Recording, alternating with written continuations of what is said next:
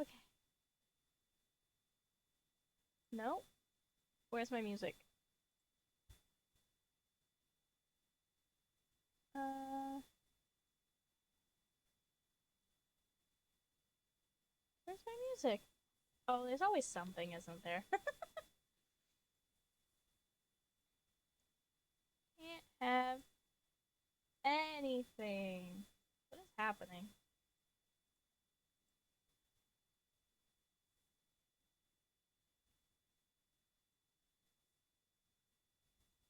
Um,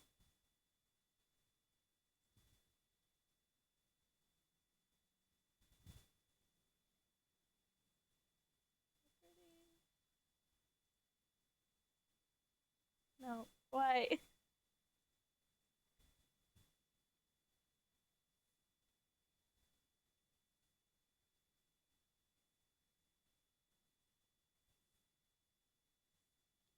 There's always something at the start of the stream, and I don't know why. Um, it should.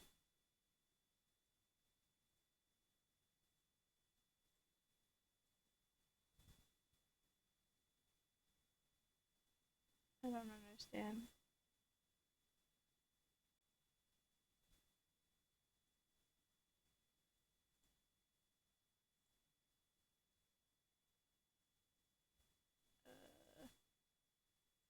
Uh, if we just delete that and try again. Audio output capture. No, it's application audio capture. Okay. No, we're still not doing it.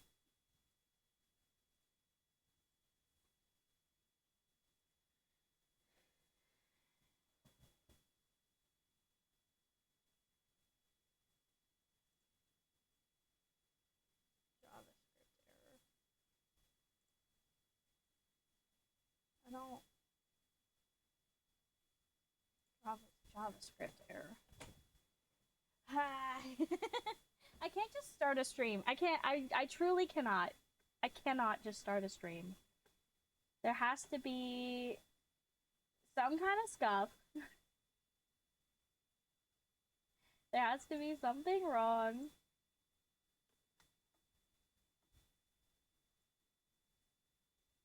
Oh boy. Can't have anything. It's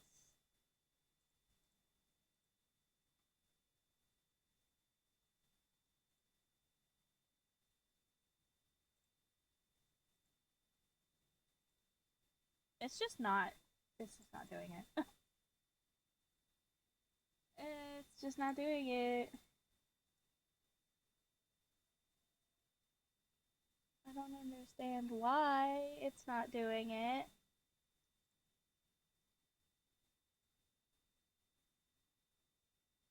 Okay. Um.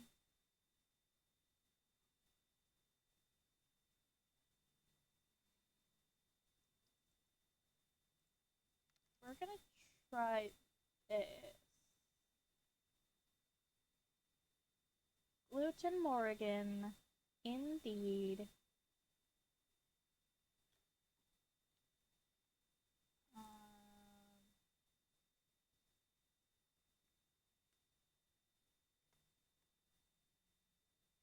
Let me try something.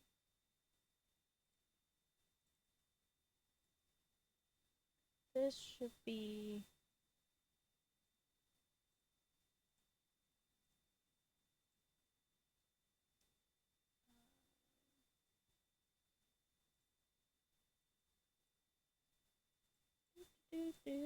Advanced audio.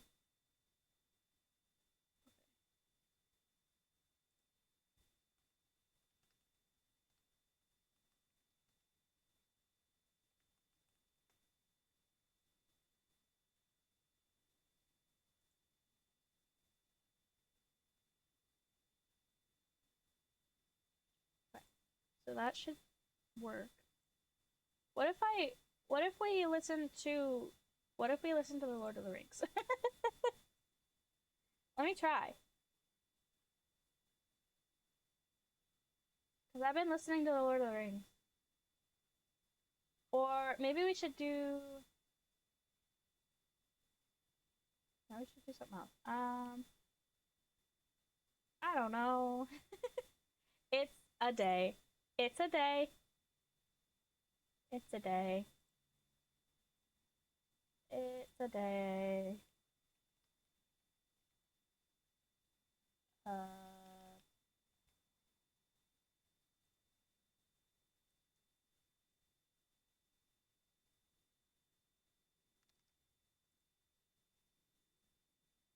So recently saw a fantastic meme about Lord of the Rings and conservatives demanding to know people's genders.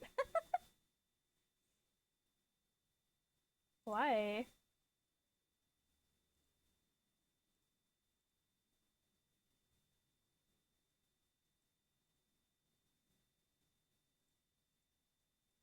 Why is this not working?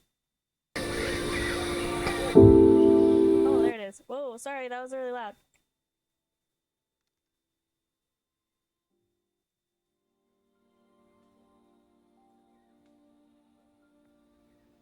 Okay.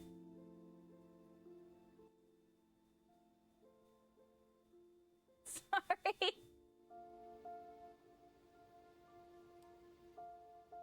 It was suddenly very loud.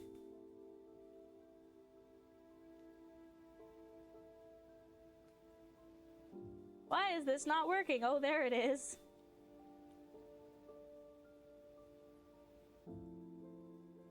Okay.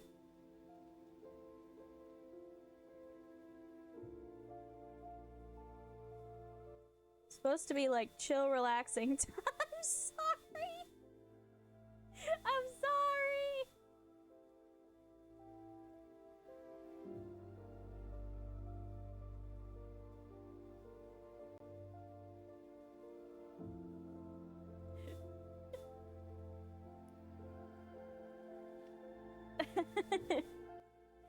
Rip headphone users. Rip in peace.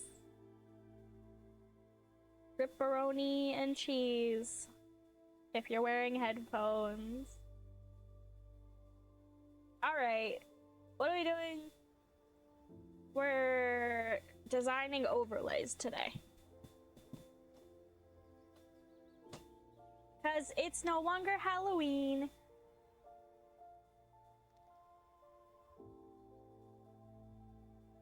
Oh no! But the volume was high to hear you better, and boy, oh boy. Oh no! That's terrible. Yeah, it was all the way at the top of the red. Fresh pie. Save me a slice. It's too many slices. Too many slices. Too many slices in my brain. My brain has too many slices. I've been playing so much Pokemon. I have Pokemon on the brain. It may leak into my art. Penny and I went halvesies on ZA. Slices in my brain. Pizza slices of thoughts. The problem is... No, I don't need Hopsiddle. I don't need it. It's fine. It's like if my brain was a pizza. If my brain was a pizza, the slices would be uneven. The slices of thought would be uneven, and half of the pie currently is Pokemon. And then the other half of the pie, there's like 100 slices. So that's what's happening. So, what do I want? I want something. I want a D20. I want a giant D20. Because we do... I want to, like, fit in all the things that we do, right? So, if we have... I don't know how to draw, like, a D20 on its side, but, like...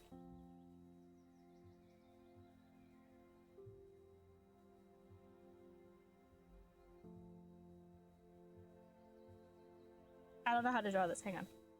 Where's my dice? I have them right here. I have them right here.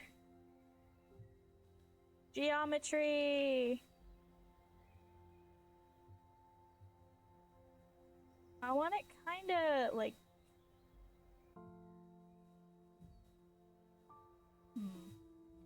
What if I just take a picture of it? What if I do? Wait. Okay. So my phone is occupied. So I have to. I'm gonna use my DSLR. That's. This is gonna be very silly, but it's fine. It's gonna be a very high quality picture of my dice. And this candy wrapper, apparently.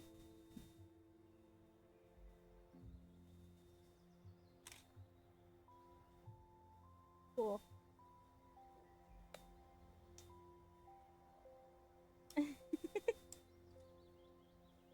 My phone is being used. So we're gonna do this way.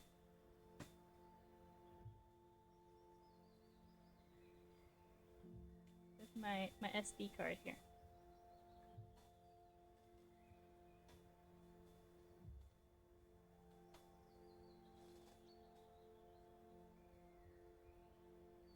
Welcome to my world. Your brain is 50% Pokemon.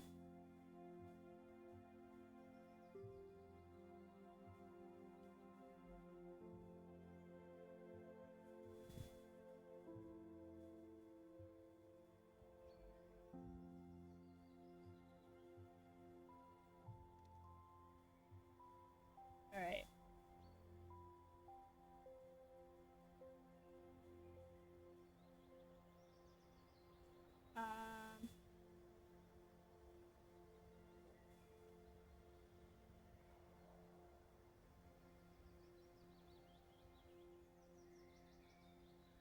Move. Yes.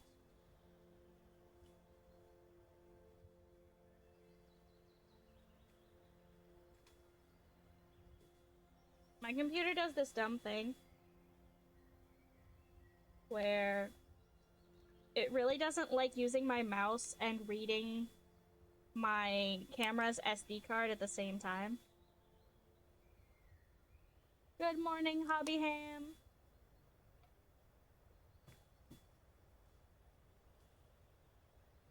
We're being extra silly. All right, now I gotta use Adobe, and I'm sorry. It's the only thing I have. I have to use Bridge because otherwise,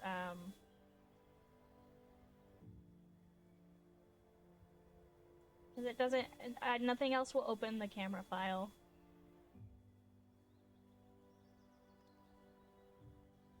This needs to go in. Where is it?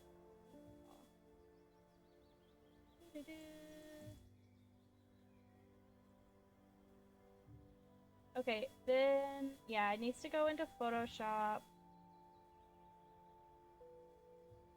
Because Bridge won't connect to anything else. Art time! What's up, Kenj? It's my dad's Adobe account. I'm not.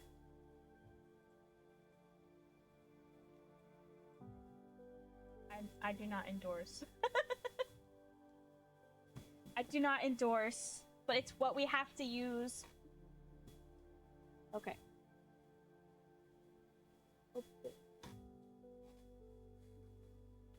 This is what happens when I use my camera for reference images.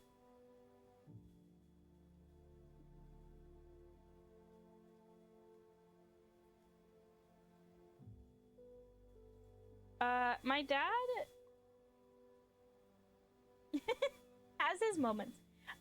He doesn't manage the Minecraft server. Oh. Does it do...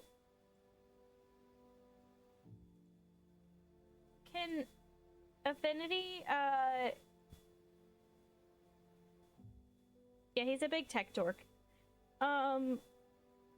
can Affinity read CR2 files? Because that's what my camera uses. That's the only reason I use it.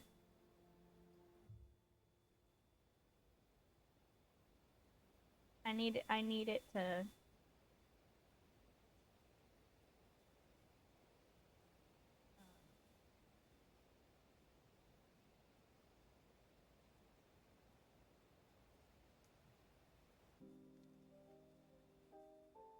Because that's what I have to use Photoshop and Bridge for.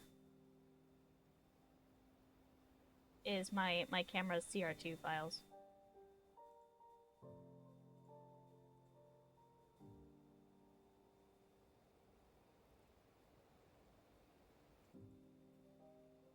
Speaking of which, here we go. It's fucking huge. Okay, so I want...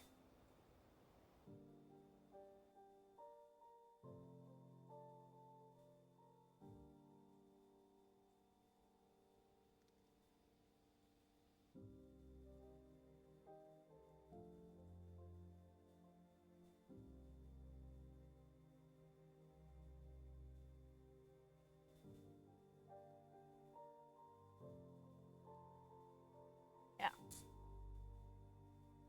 For databases and maps. Still fun, not very useful to me. My dad is a tech dork for, like, literally everything.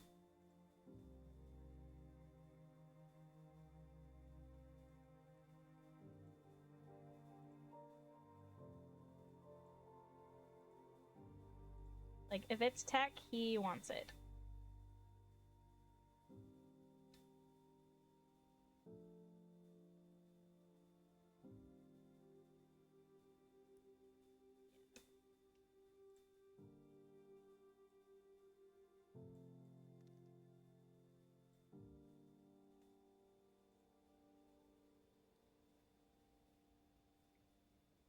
Classic, where did this ADHD come from? Yeah, exactly.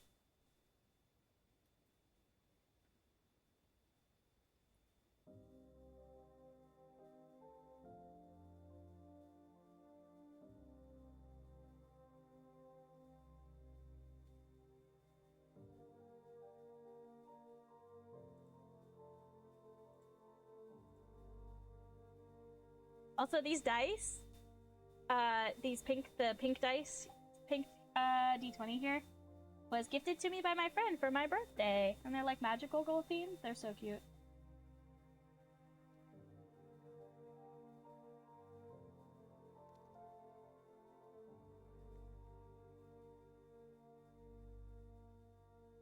Might I compare my story to where it is on Google Earth? Where did this autism come from?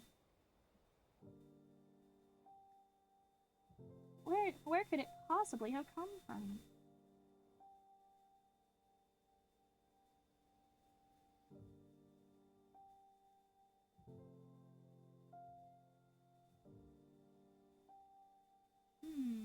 Autism.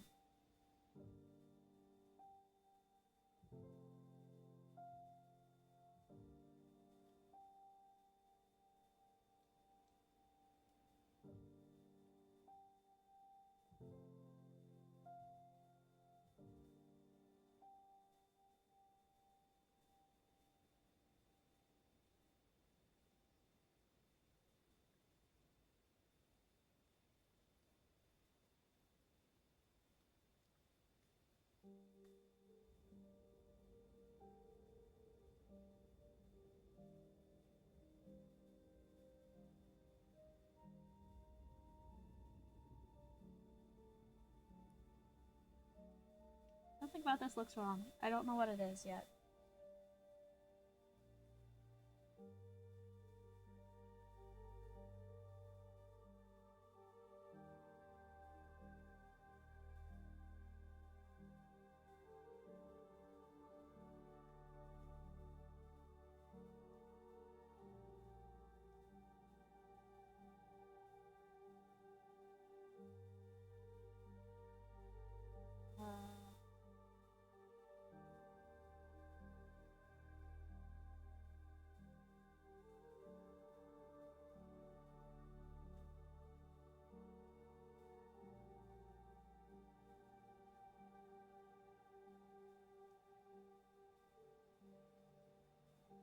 Remember, it's okay to take artistic liberties if it looks weird.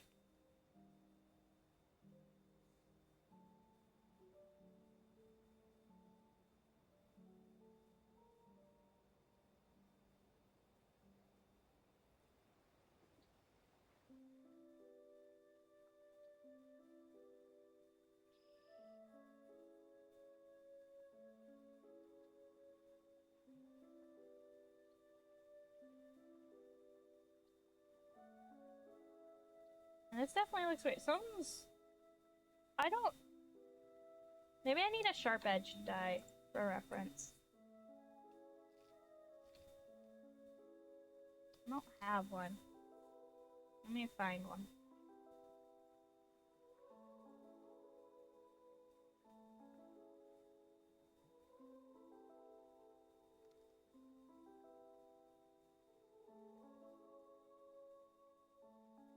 Hexagons with triangles?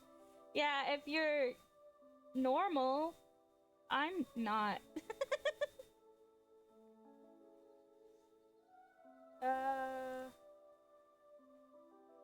Okay, this one is a sharp edge die. I'm gonna steal this. Thanks, you're wizards. Sir, you're a wizard!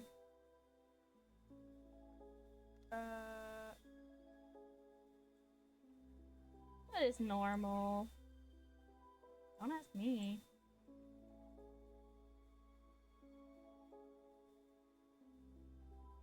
No, I don't like this. Hem hem hem. Hem hem hem hem hem. Meh. Ah.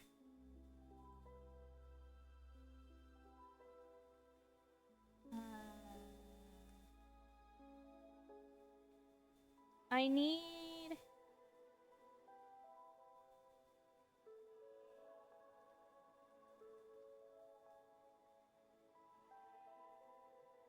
How do other people draw dice? Is the question.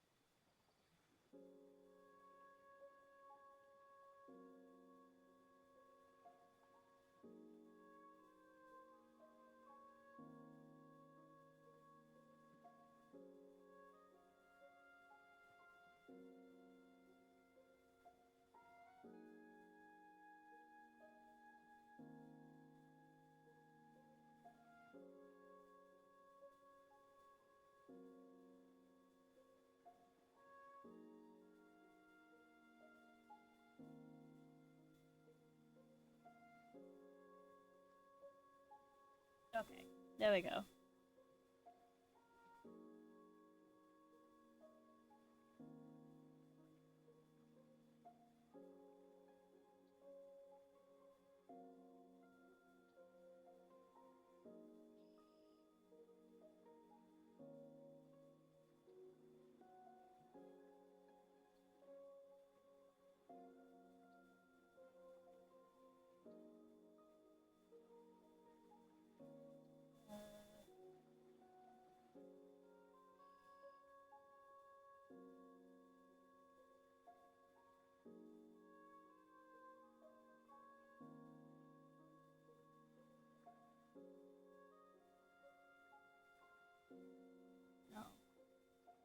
What?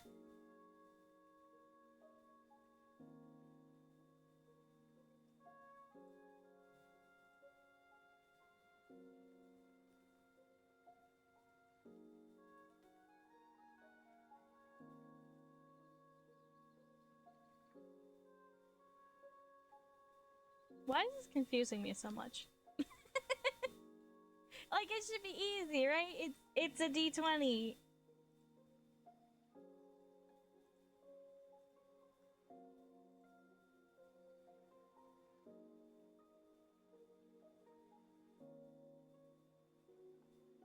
Okay, I'm gonna copy this.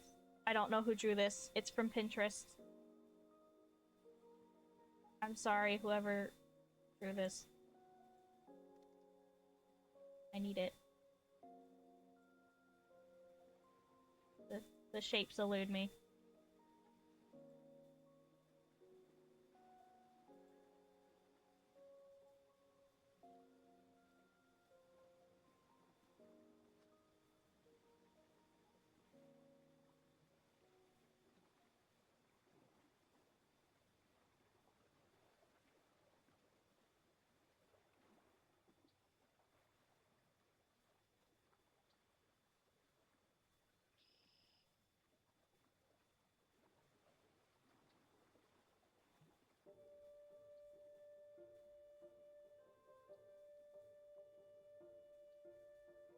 I'm gonna fix this in a second.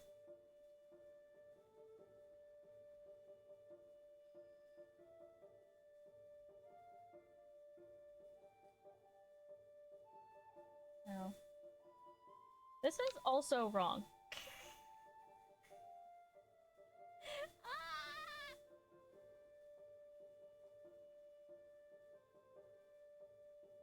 Everything's wrong.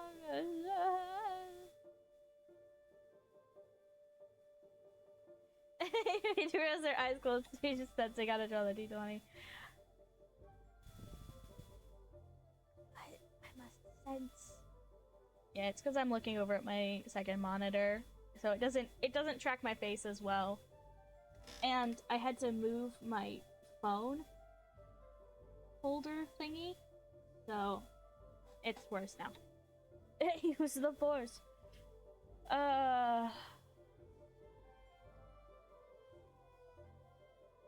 How many followers would I lose if I admitted that I don't like Star Wars? I don't like it. I'm sorry.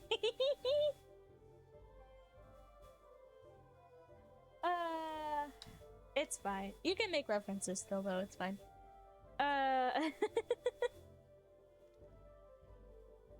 0, that's fair. Okay. Phew.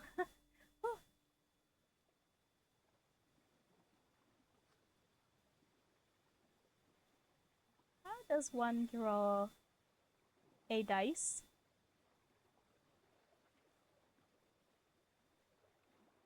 Just tell us you don't like any of the Star Wars stuff Disney has put out. That'll keep you from the ire of most Star Wars fans. I don't like any Star Wars, though. I don't like any of it. I don't like anything that solves all of its conflict with fighting. And that's what I have seen from Star Wars. But focus on the Disney stuff and people will think well of you. I like Star Wars Land at Disneyland. I think Batuu is cool.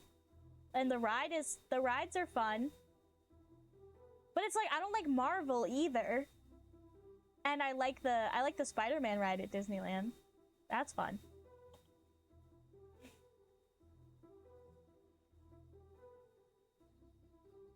I don't like superheroes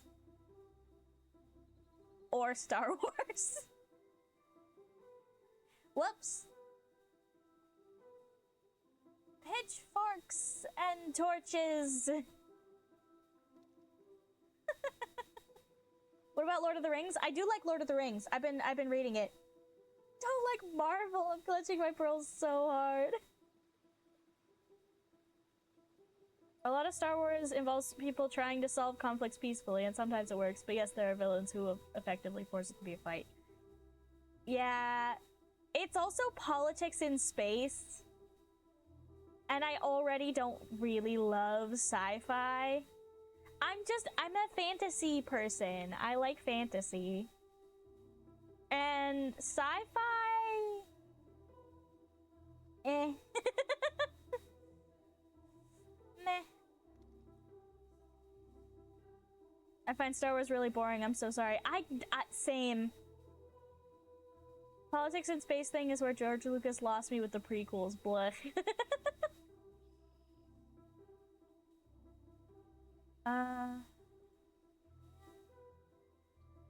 I wanted to draw a D20. I thought this will be fast.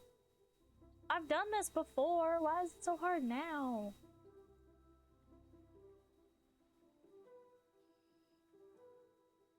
Click, clack, math rocks.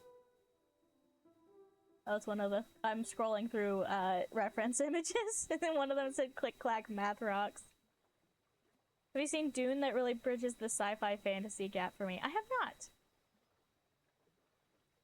I just finished reading The Hobbit.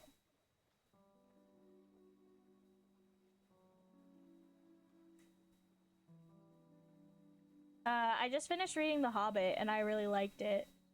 And so I've started listening to, not reading The Hobbit, but like listening to it.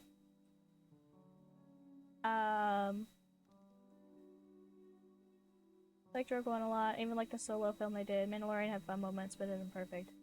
A lot of Star Wars is really disappointing to me, like the vast majority of it. That's too bad.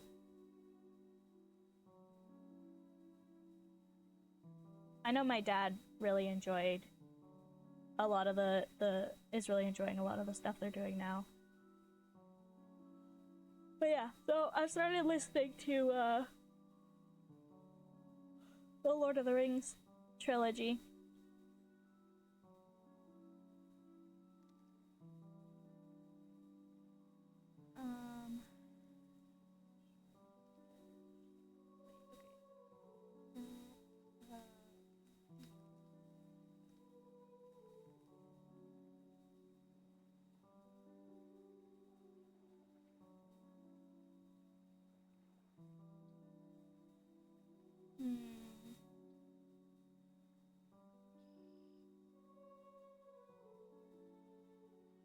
I'm gonna try to bring this in again.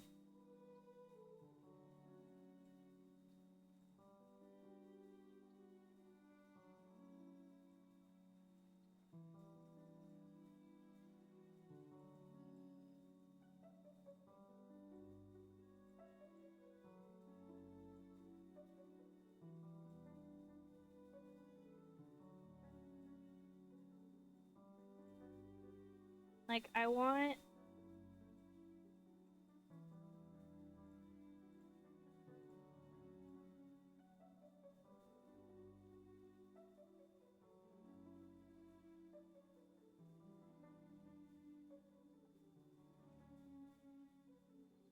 soft. What about high fantasy meets sci-fi, like a magical world figures out technology? I think that can be cool. And obviously, like, if the story is good, like, I know Mox doesn't really love high fantasy, but like, if the story is good, like with Baldur's Gate, like, it doesn't matter what genre it is.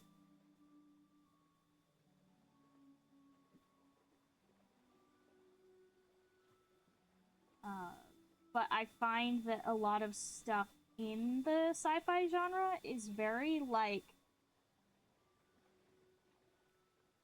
it's very tell don't show.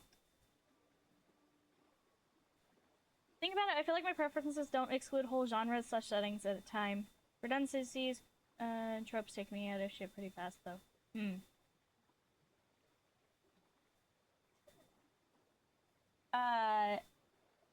I have heard good things about Artemis Fowl.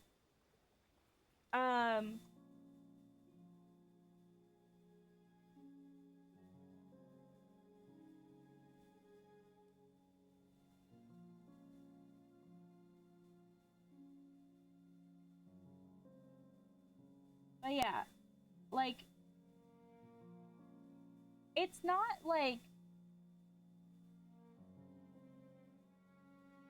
It's not like, you know, I hate sci-fi and I will never listen or read a sci-fi book.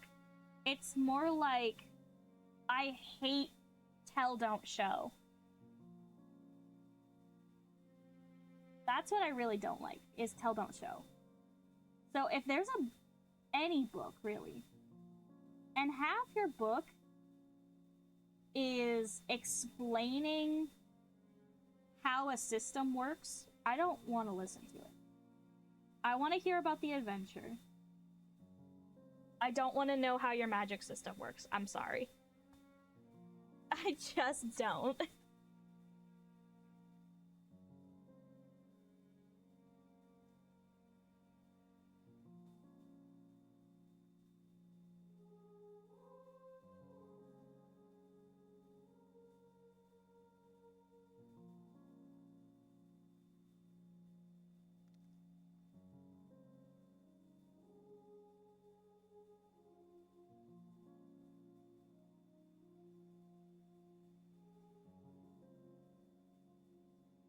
More a problem of the writer, but it is rampant in fantasy and sci-fi. Yeah.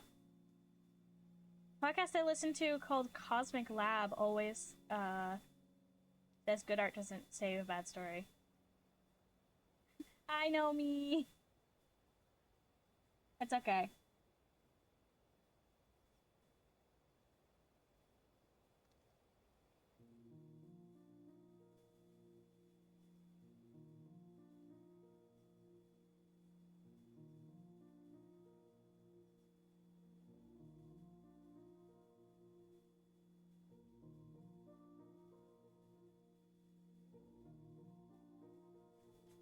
Oh no.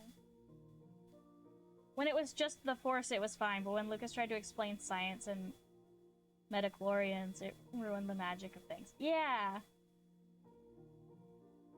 Like, it's cool if you know how your magic system works.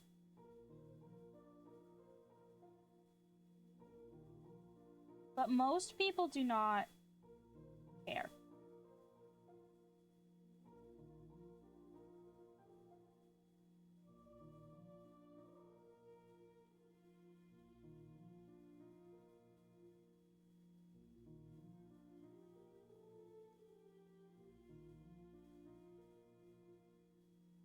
You should know how your magic system, like if you're writing something, you should know how the magic system works. Your audience does not care how your magic system works.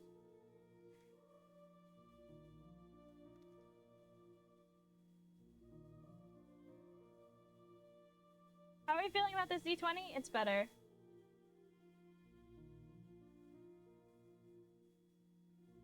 It's not great, but it's better.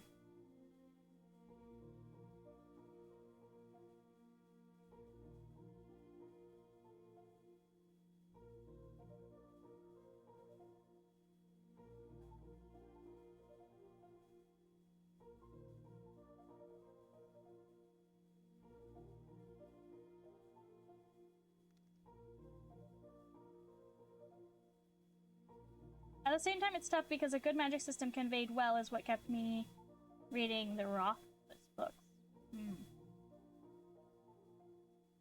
You have to... Yeah, there's a right way to do it. You have to kind of figure it out.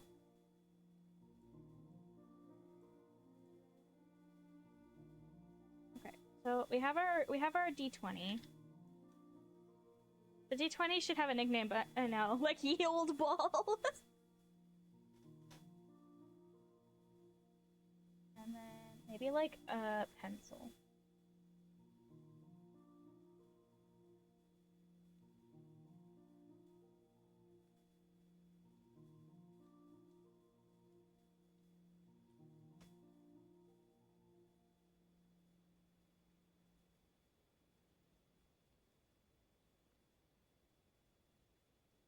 And then like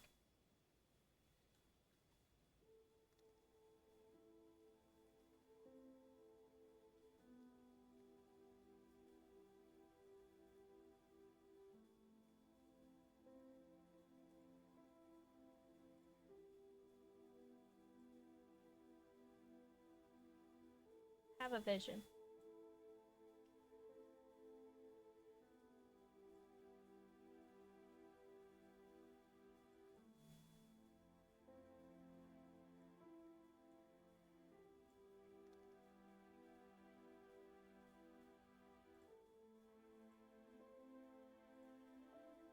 So like we have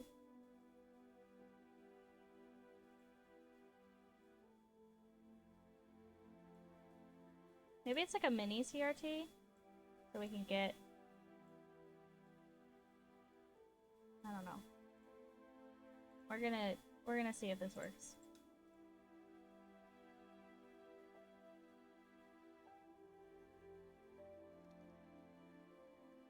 Pink CRT with butterflies? That's pretty good.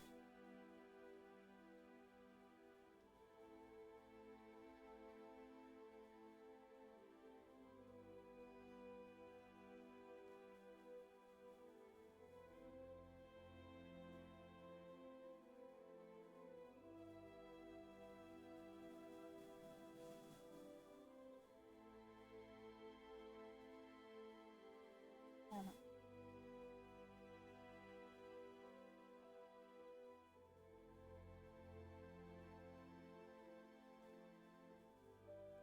We have that. And then this here.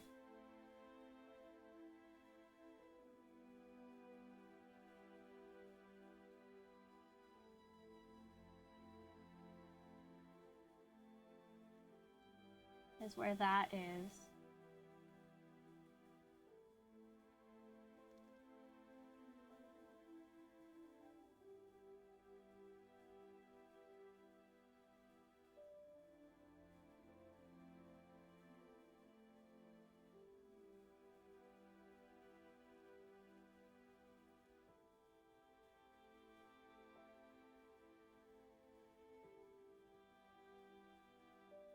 That's where that, yeah, that's where that is.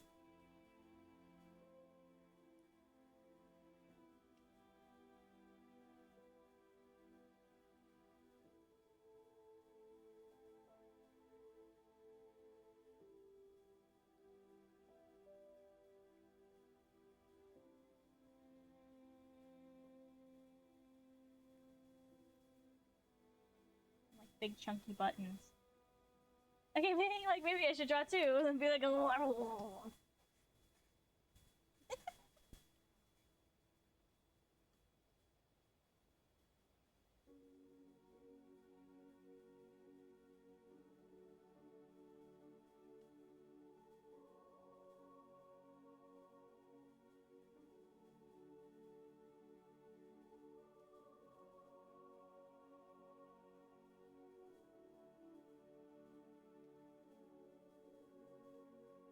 This song for whatever reason is giving me Pokemon vibes, and it makes me want to play Pokemon.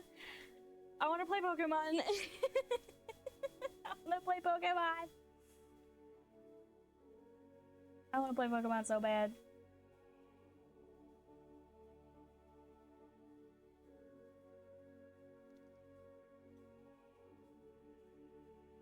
Maybe there's like a piece of paper here. Oh, I know. We'll put.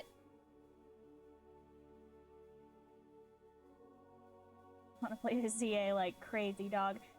You can borrow it from Penny. We'll have to figure out like a system.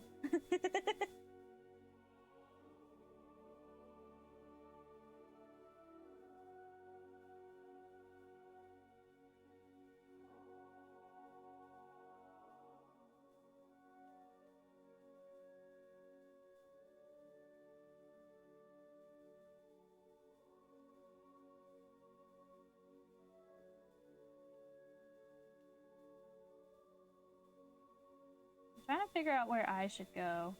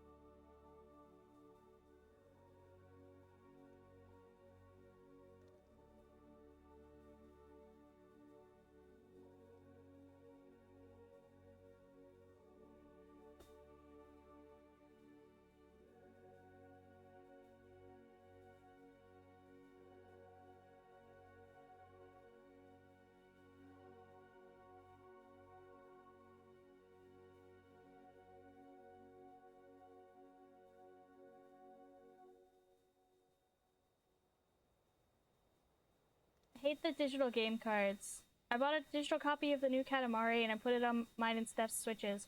Only one person can play at a time. Yeah. I mean, it's... That was how it was before, too.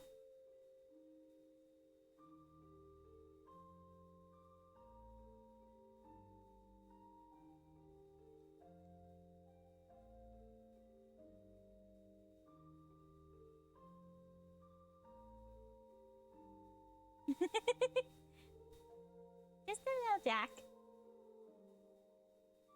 Just a little guy.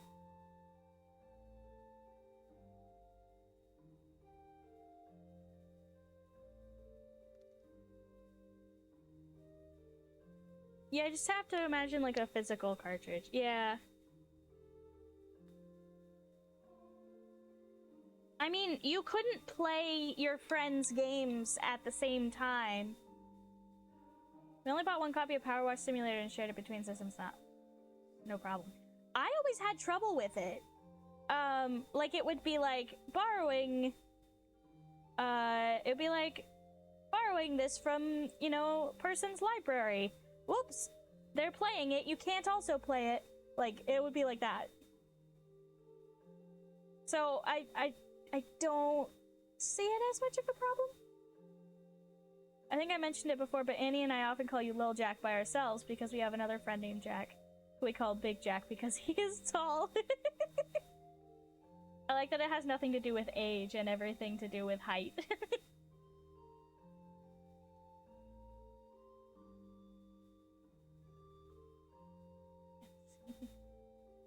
Main character name? Minecraft name?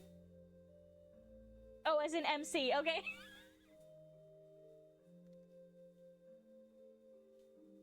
I don't know. We lucked out on some of our shared games then. Yeah, I don't know. Must have.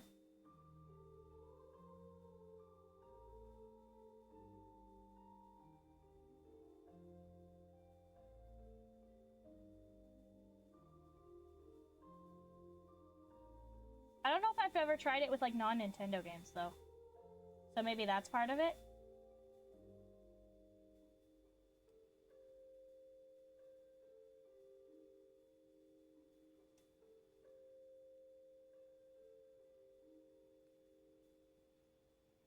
Maybe I leave this area like transparent and then I could put stuff behind it. Like if I leave the screen transparent, I could put an image there.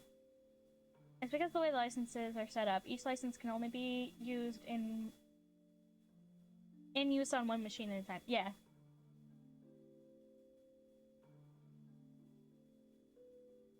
Katamari isn't a Nintendo specific title either. Well, but that was after, you said that was after the digital game cards thing, right?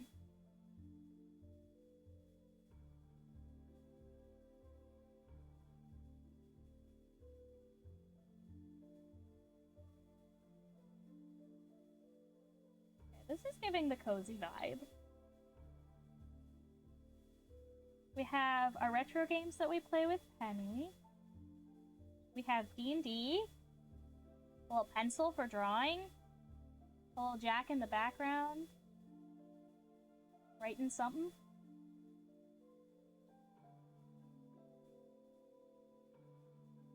Licenses are handled the same way regardless of publisher dev.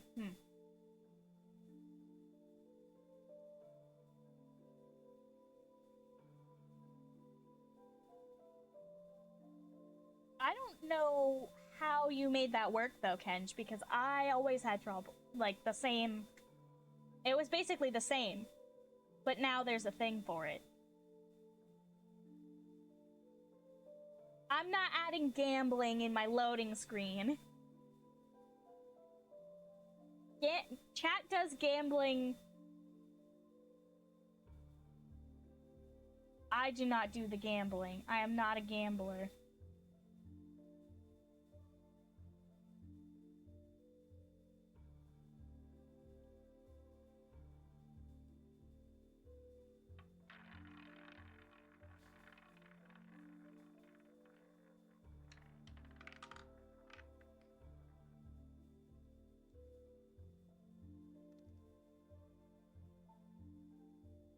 You say that, but you love blind boxes. I am being called out.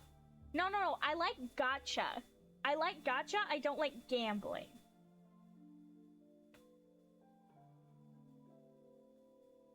Steph's Nintendo account is on a family plan. We have logins for each other on both systems. Yeah, we're also on a family plan.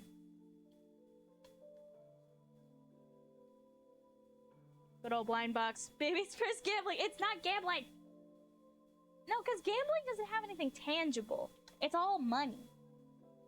When I do a gacha or a crane game, there's physical goods involved.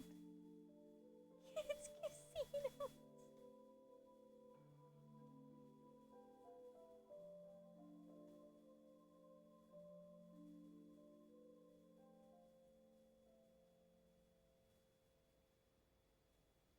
I don't do ticket games anymore. And there's a good reason. First of all, they get boring. I like the ticket games if they're actually fun games, but I don't play just the, like, ticket redemption ones.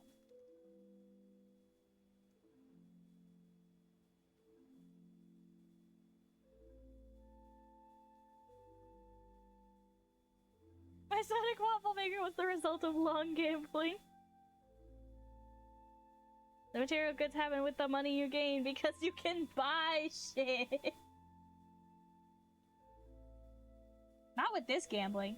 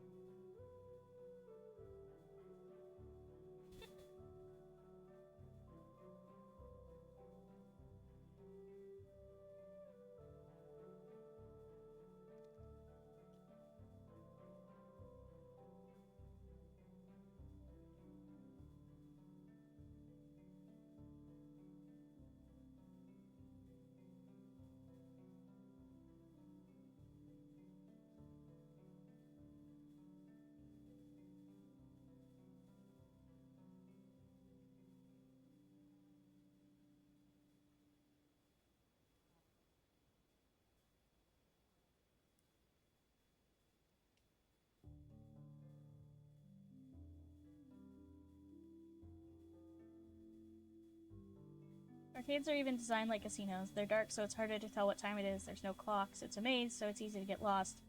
All these things are by design. Yeah.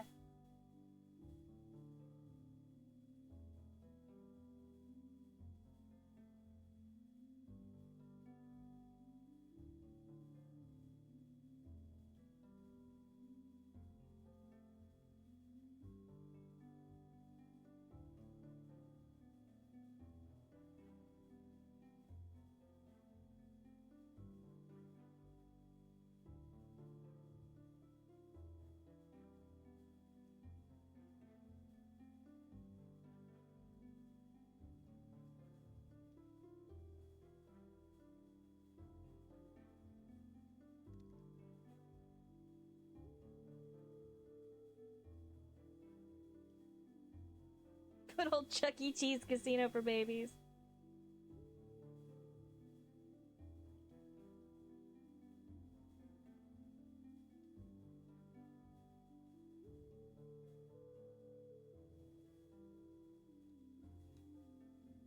The sun is coming out.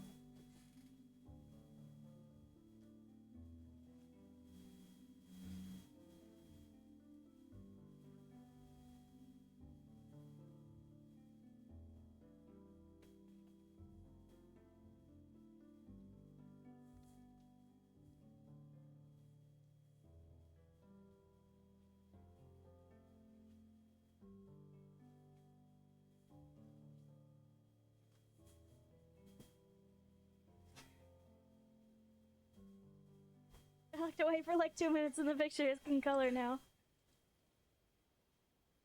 Yeah.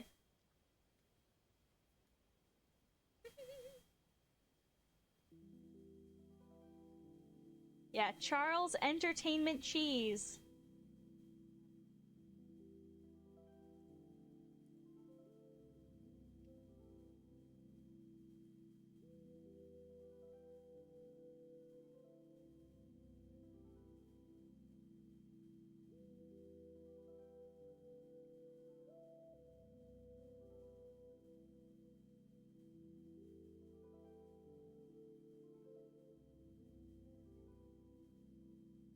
They made a comic book about his backstory?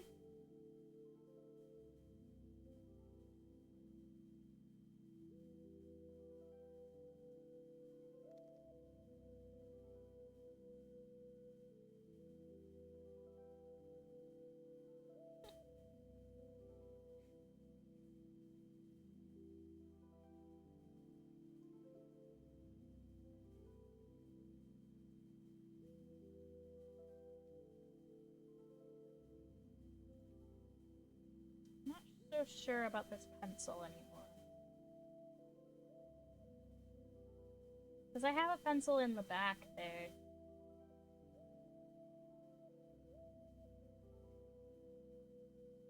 Maybe a controller instead.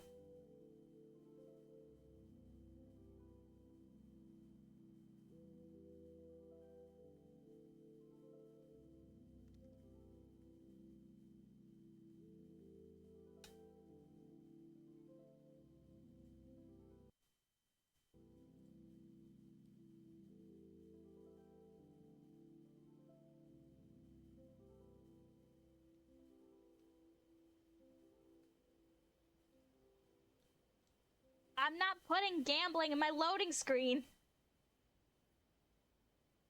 Apparently Chuck is an orphan slash runaway taken in by an Italian pizza chef, and the chef lovingly branded his whole business around him. Wow.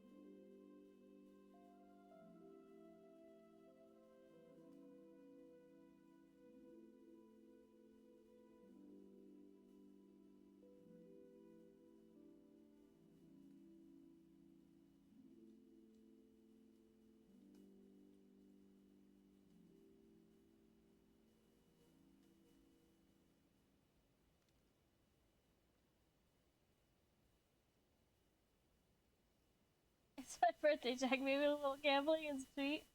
Happy birthday, Hobby Ham. You're not getting gambling. You can gamble all you want. Hi, Luke. The notifications do be failing people, which is why I had my Discord, but it's fine. It didn't really seem to. I don't know. It like helped and it didn't.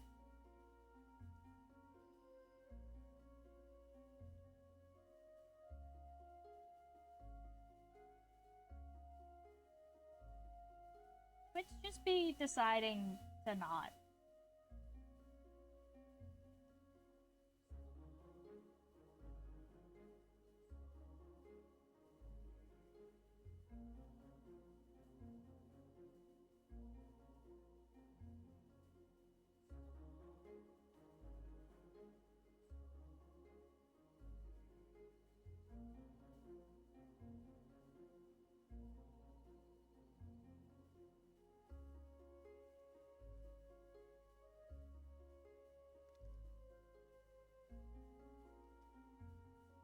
How's my Tamagotchi? Oh, the battery died.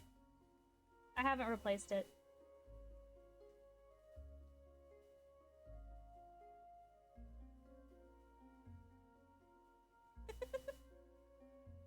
Last time there was a movie night, I didn't get the notification until 2 hours after it started. What the heck?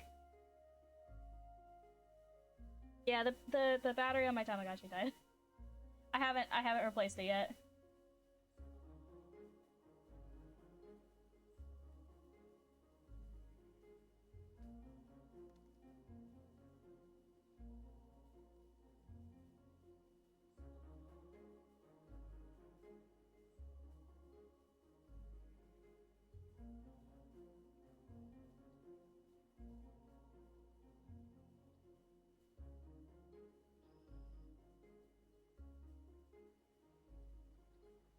It's hibernating.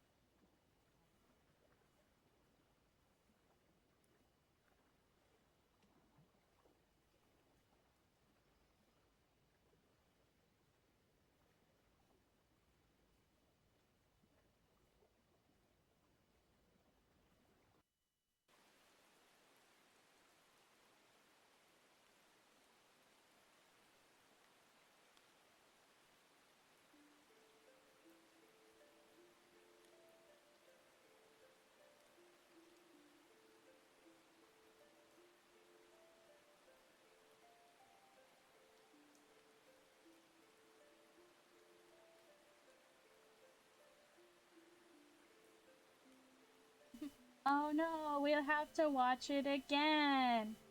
How terrible.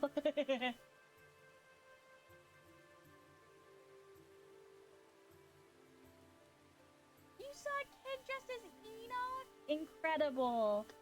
I was gonna dress as Greg and then I ran out of time and got frustrated with my costume, so I never finished it.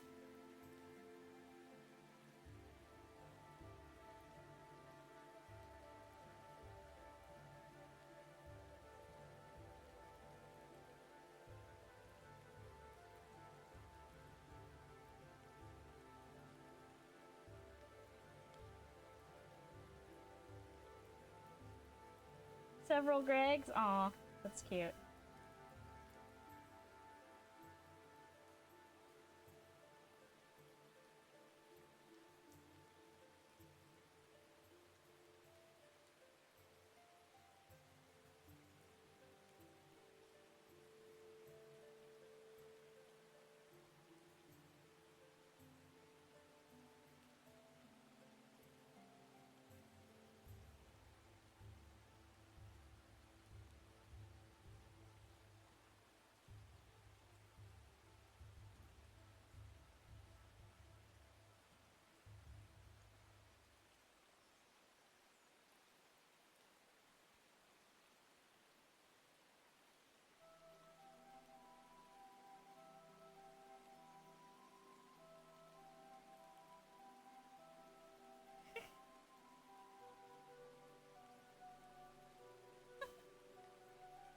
several Gregs, but none of them are named Greg.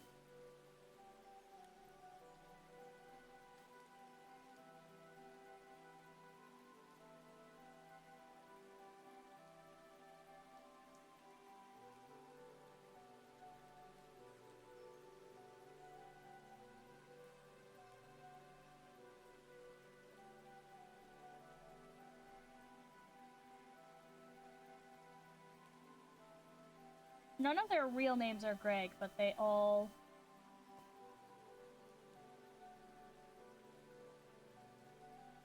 They all have, like... they all have, like, fake Greg names.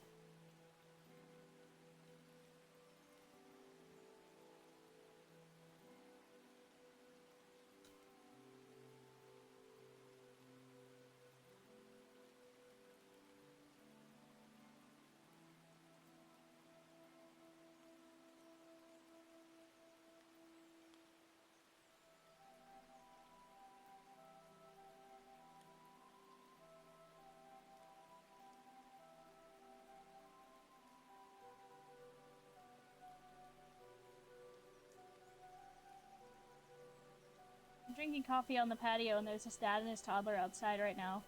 The toddler's riding a scooter and every time she goes over a speed bump, she goes, whee! And he goes, whoa!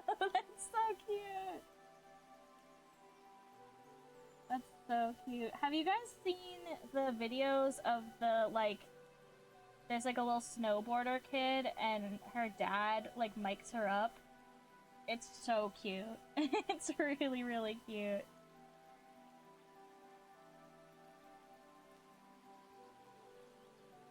And she's like always reminding herself of stuff.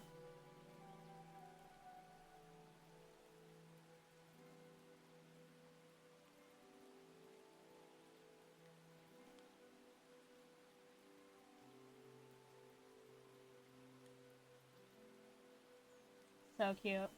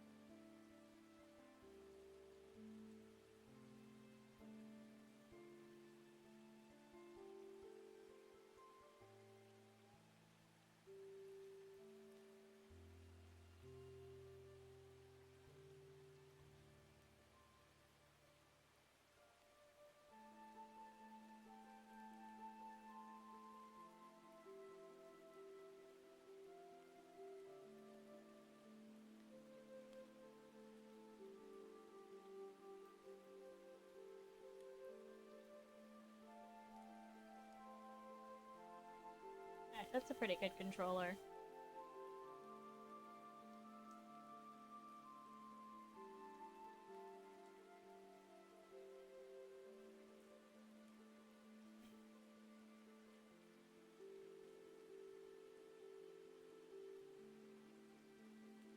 At least for what I'm doing right now.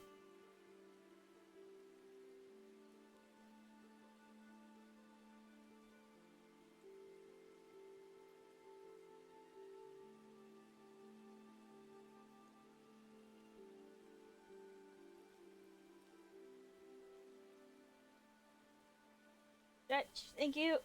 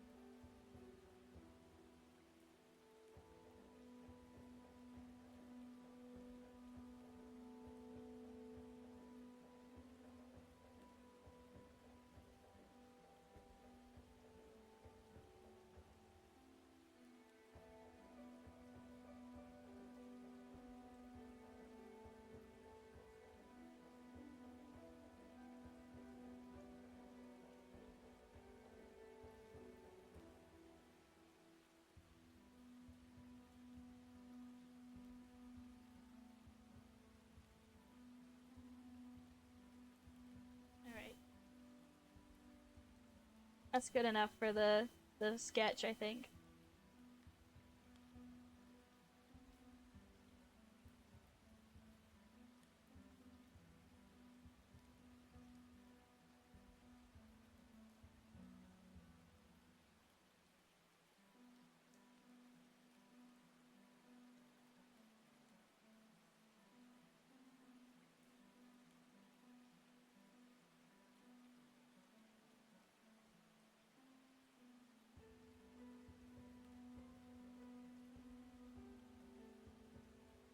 Now,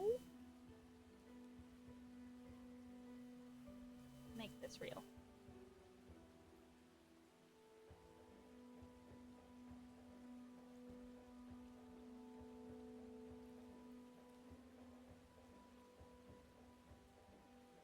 How do I want to animate this? I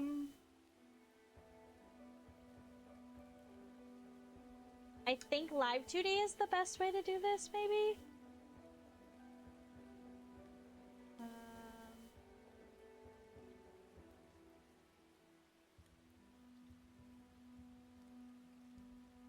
Yeah. Might be the best way to do it.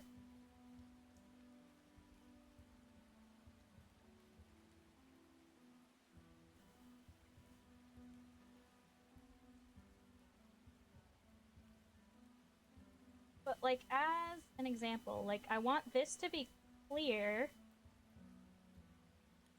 So it'd have to be like this. Transparent. And then we take, like, let's say...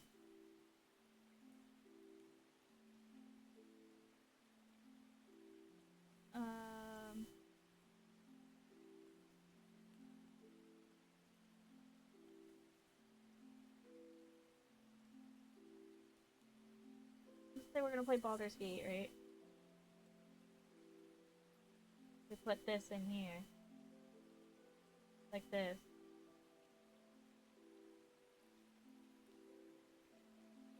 And it won't be perfect, because I don't think I can... You know what? I might be able to. If I do like this... And then I have this be... No.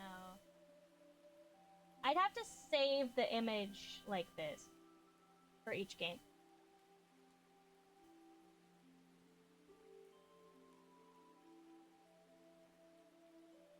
That's fine.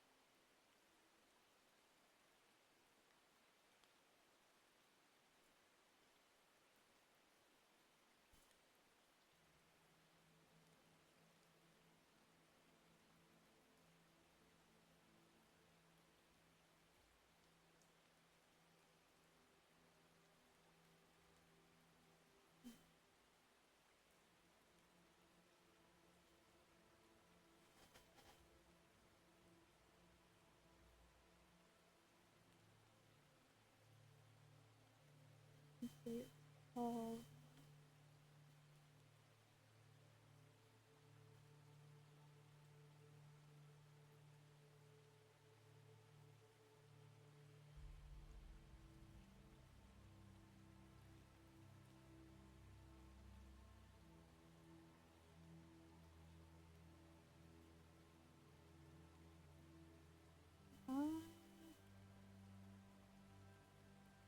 Take this ID and cover it in here.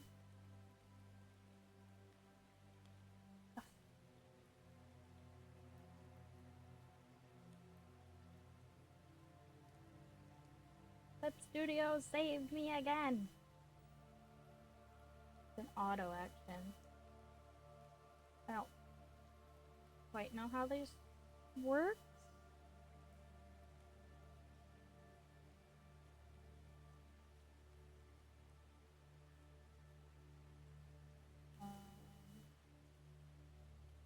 I can't read Japanese. Okay.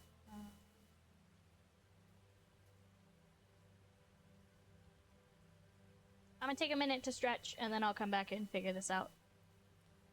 Be right back.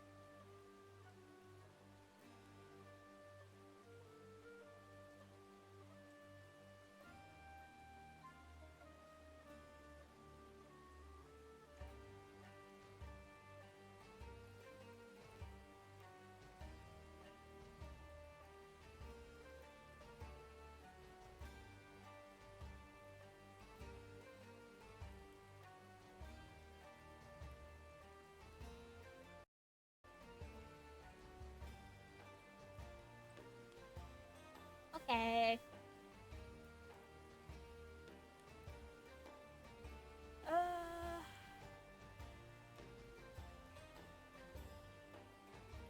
I wonder if I could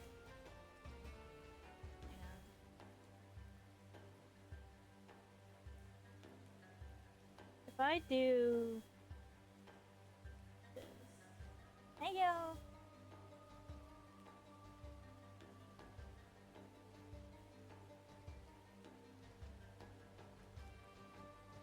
Definitely don't violence or gambling on your wholesome stream. I know. I know.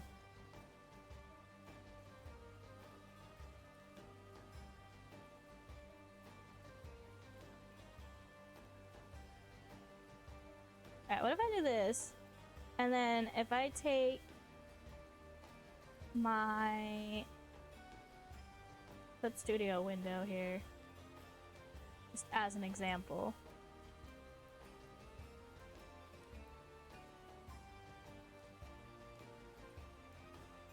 Can I warp OBS source?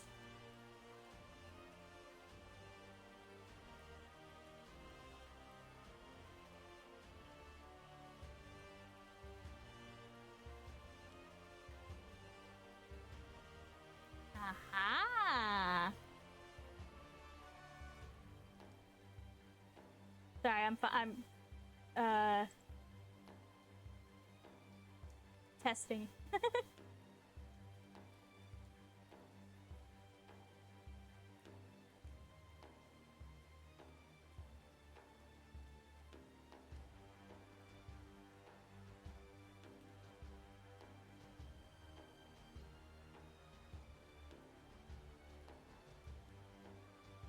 So if I take this,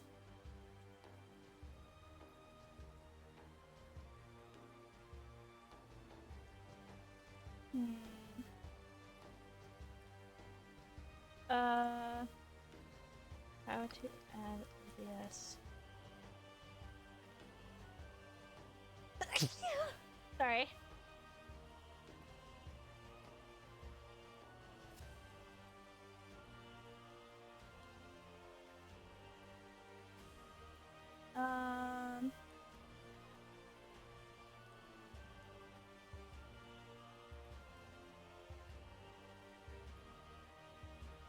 Yeah, I know it's over everything.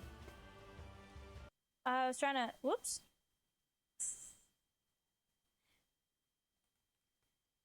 Close Chrome. Whoops.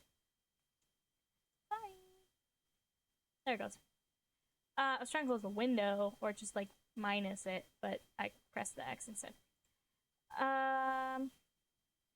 Okay, well, I'll mess with that later.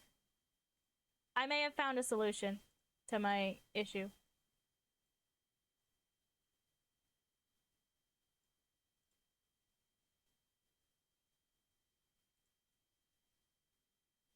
Okay.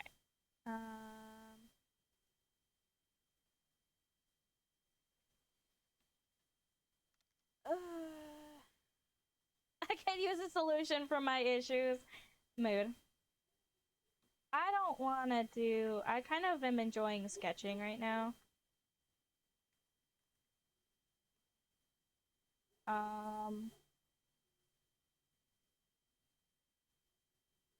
Big 31 is crazy. I just bought myself a handheld vacuum as a birthday present. Yeah, it happens.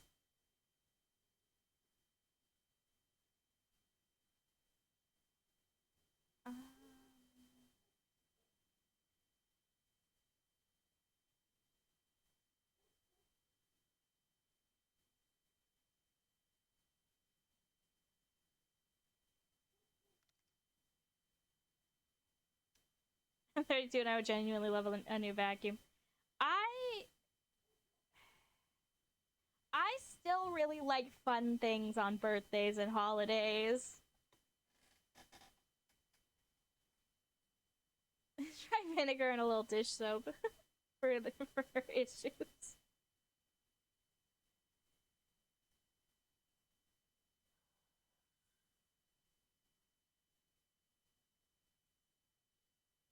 I actually have to BRB one more time, so hang on. I'll be right back. I promise.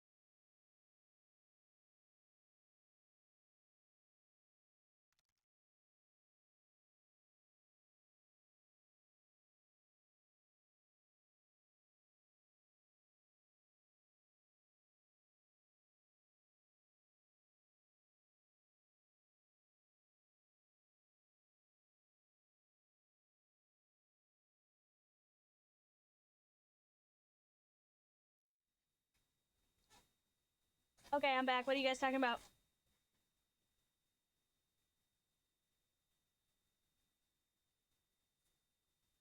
In particular about gifts, I have a general rule of trying to find something that someone will genuinely enjoy.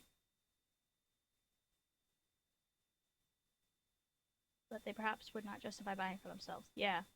Yep, yep. Yeah, I agree with Dan about the gift. The gift thing. Ooh, 10 stream streak. Nice. Science is cool. I use chemistry in my everyday life more than you think I would. The other day I used bicarbonate soda and super glue to make a polymer to hold together a craft I was making at the time. Yeah. Yep, yep.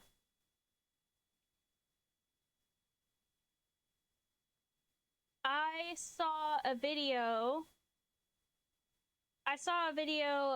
Of someone using that technique. Some of my favorite YouTubers, they used that technique and they ended up making a little D6 out of super glue and baking soda. It was a very fun video. They ruined several silicone molds.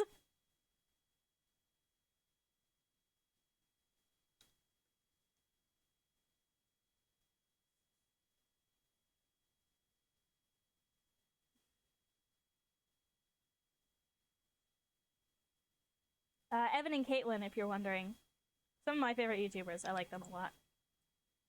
Okay, let's see. So we have our loading screen. We need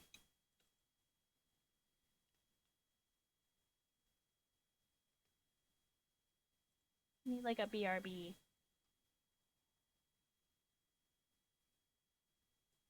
The application audio stopped working again.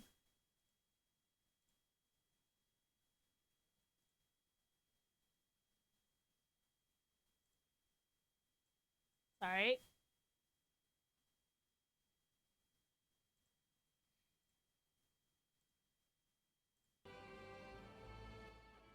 There we go.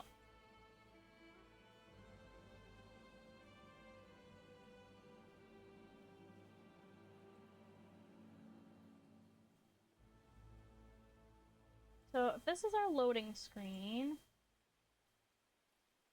Oh, actually, what if we, just to mess with this a little bit more. What if, because I have a lot of guests, right? I had a feeling it was having a Caitlin, yeah. So like, if I have guests on, I need them on the loading screen, right? So maybe like, we have Penny here.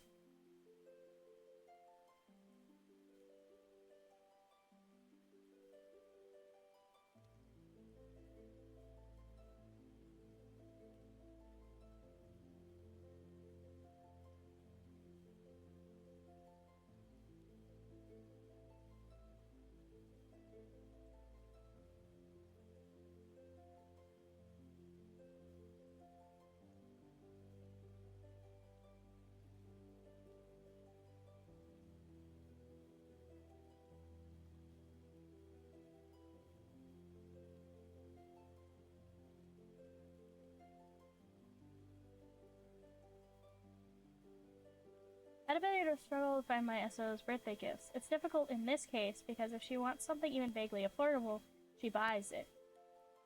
Same. She's also very plugged into the things she likes, so it's difficult to find something that she would like she hasn't already discovered. It also needs to be something that won't get immediately claimed by her kiddos, because then it'll disappear into the toy void forever. I did manage to arrive at a gift idea, but it was challenging. The toy void is so real.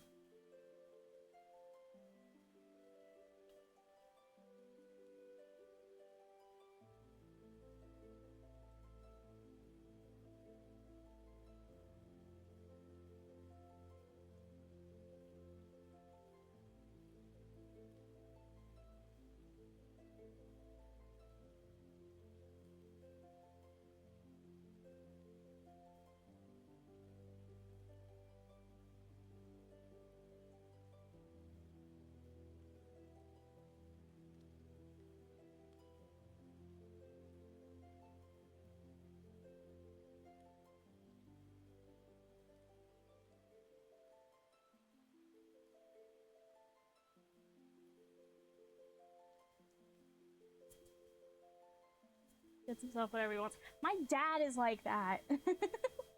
It's so annoying. I think you're getting him PS2 for Christmas. Some classic games. Ooh, nice. She got my birthday gift months in advance and let me know what it is. I have to give her mad props for finding something that perfectly fits the good guidelines for gifting, and I don't even know what to do with my excitement. I don't like that she... I mean, I would not like if somebody told me what they were getting me for my birthday. In our house, we had a buying moratorium, where within a month or so, holidays or your birthday, you have to stop buying yourself shit. Yeah.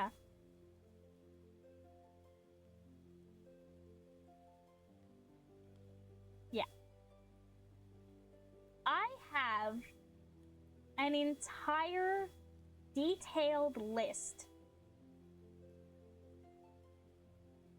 Kinda had to tell me to make sure it wasn't gonna be a problem. Ah, okay.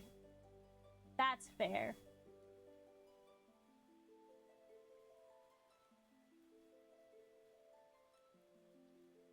That's fair.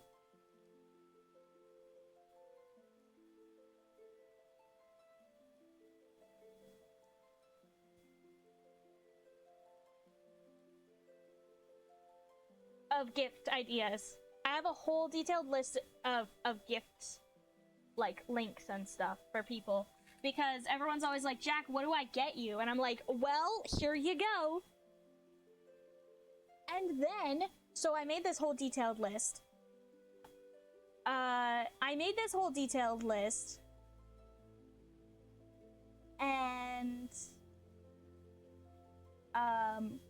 then people are like, Jack, your list is overwhelming. Jack, there's too much stuff on your list. Jack, everything on this list is expensive. You wanted to know what I wanted? This is it. Jack, everything on your list is from a different website. I don't want to pay all that shipping. Then don't. I get so many complaints about my freaking list. Also, nobody talked to each other and you got the same thing 3 times. That is also true. Yeah, for my birthday, 3 people got me the same thing. It was hilarious. It was very funny.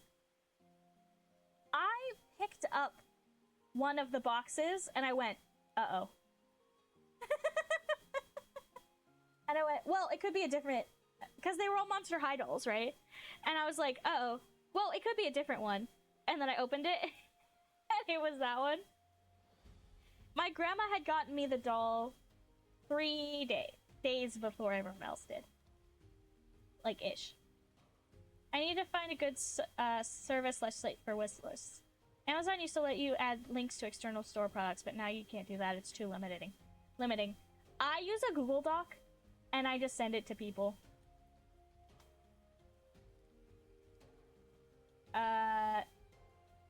Yeah. I just send my Google Doc to people.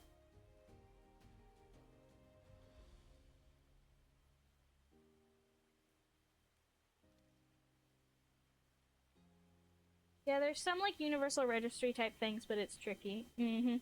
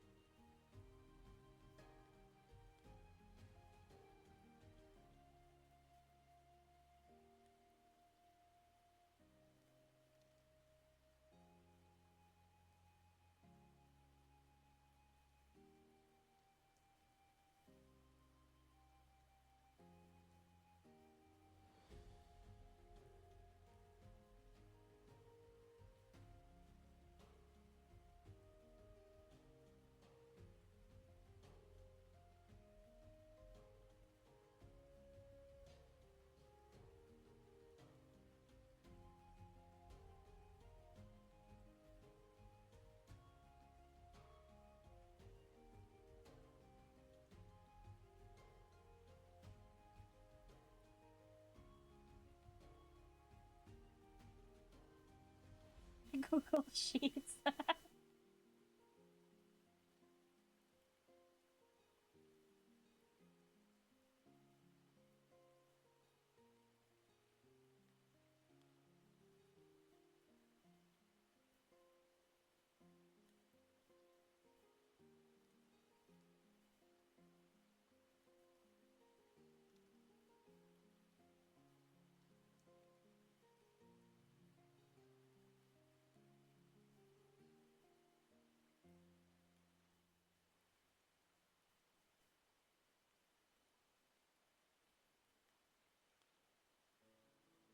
Should we be... I'm not talking. Sorry, I'm focused.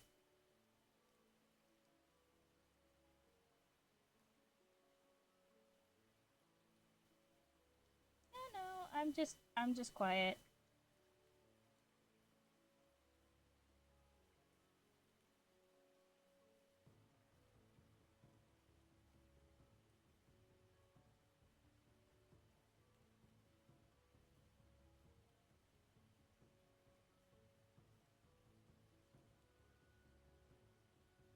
I'm focused on drawing my frames.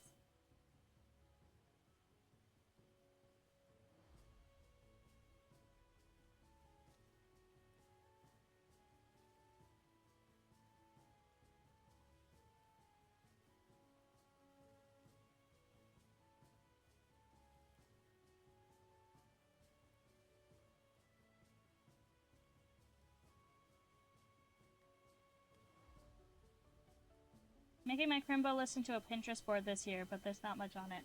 That's kind of cute, though.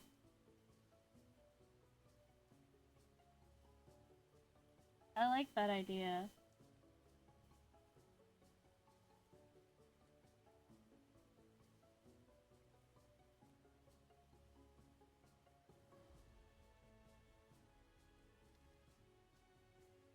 Very visual, yeah.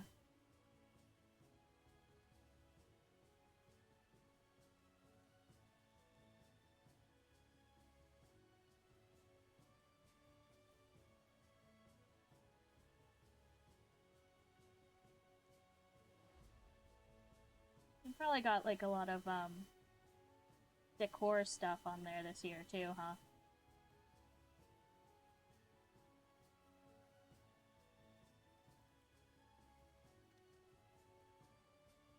I avoid Microsoft Office because I have enough subscription services already.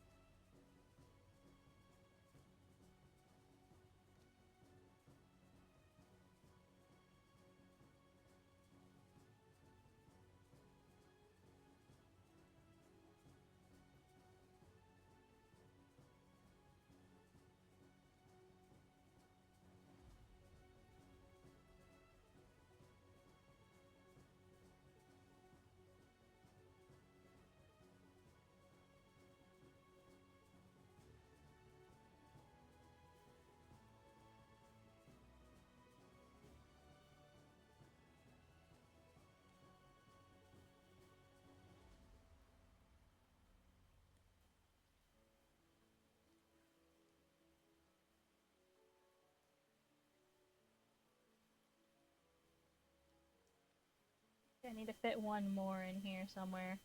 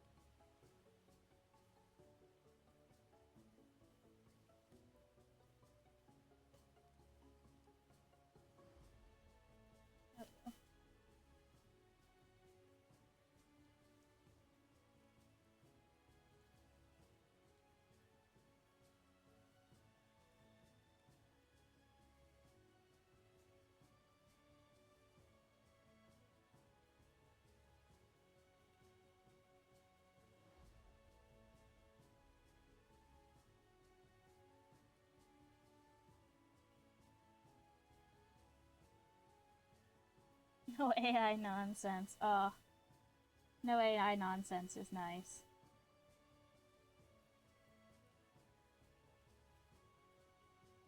Alright, that's good enough for the sketch. For, like, adding in everybody.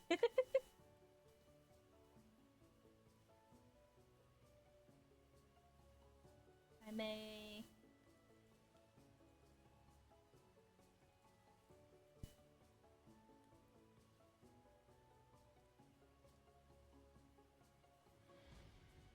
this just a bit higher.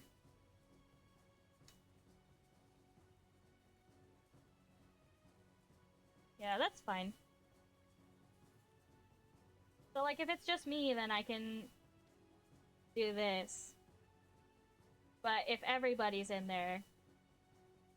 So many people brag. I don't know about brag.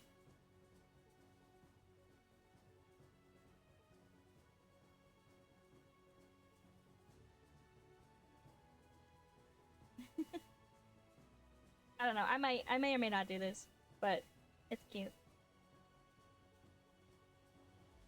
If I decide to. We'll see. Oh, I'm Jack. I have so many friends. Except that all of these people are people I grew up with. They're all my siblings, basically. Like, Penny and Moxie, who are literally related to me. And then Naomi and Black, who are basically my siblings, even though they're not technically related to me. I don't know about so many friends. Oh, I'm Jack. I have so many siblings. That's true. That's true. I have 3 biological siblings. And 2 extras. Look and I are married, so technically they are related to you, not by blood, lol. Yeah. Yeah, I have 3 biological siblings and 2 extras. That just showed up one day and never left.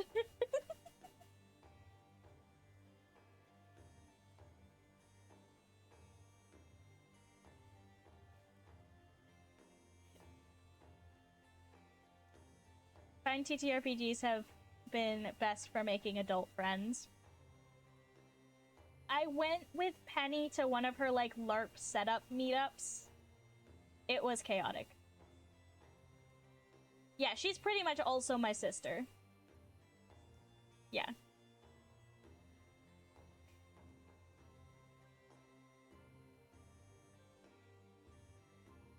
I think the real shocking part is that all of you stream with me.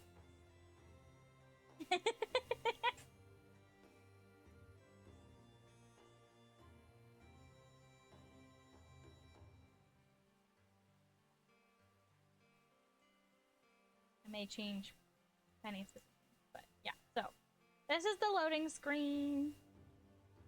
My challenge here is how to filter out ick, ew, ew, ew, ew.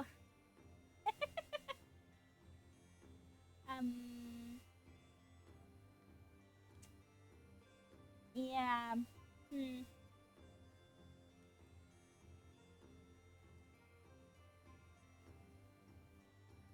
I found the TTRPG scene generally very queer and neurodivergent, but I'm in a very safe place, so yeah, same.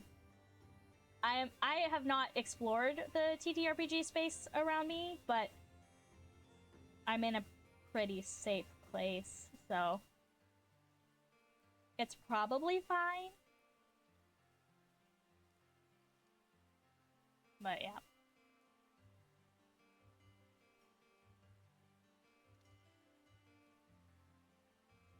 It's not like you can realistically post an event and yeah. That will just make them more inclined to show up. Yep. I'm the only cishet person in my D&D group. Yeah, if you find someone who wants to play Thirsty Sword Lesbians, you're probably fine. Might be a good way to start finding a group.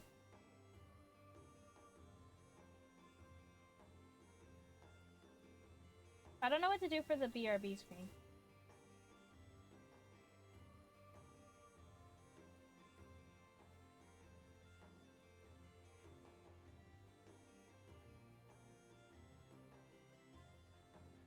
I might take this and copy it over here. And then edit it.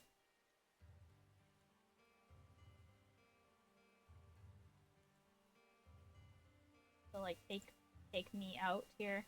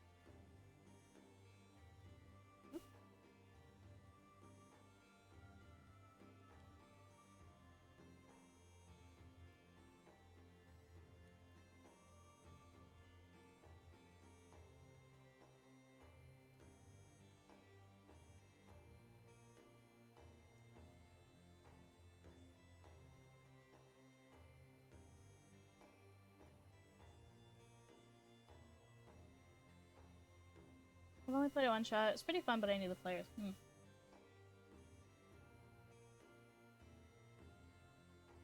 I've never played it. I think we have the book, though.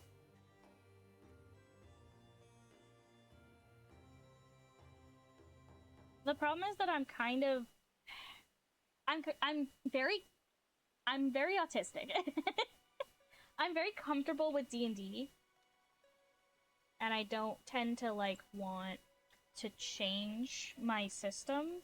I've played a couple games in Fate, and it just wasn't quite structured enough for me. Also can recommend Witchcraft, which is a 5e supplement with a lot of queer characters. Cool. Yeah, I'm kind of stuck in 5e 2014, not the new one. But yeah, I'm kind of stuck with D&D because like that's what I'm comfortable with, and a bunch of my players are like, we should. Hello. Phone. What was that? So weird. Anyways.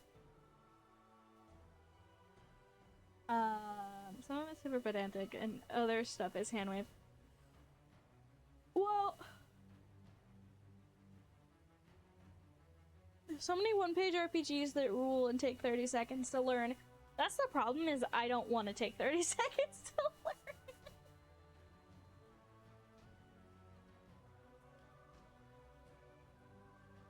learn. I'm a bit lazy. Ooh, wait, if I can do that 3D thing, I could put chat here. Right? Like we put... Like it's like... It's like this.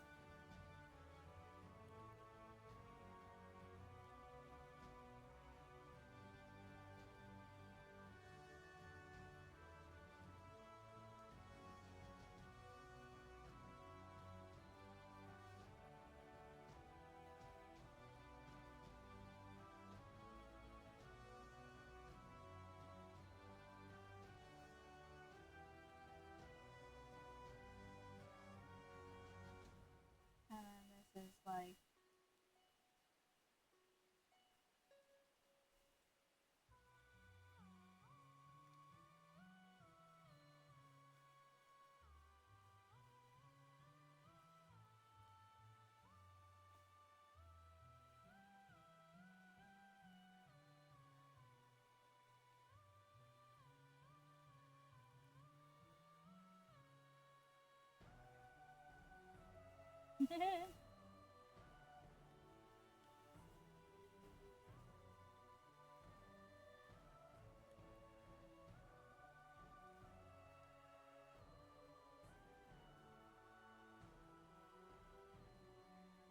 like this, and then I could have chat here. Maybe.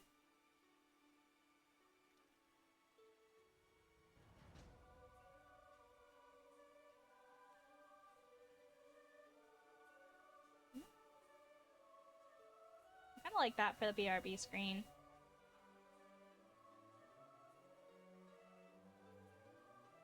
And then maybe we have over here.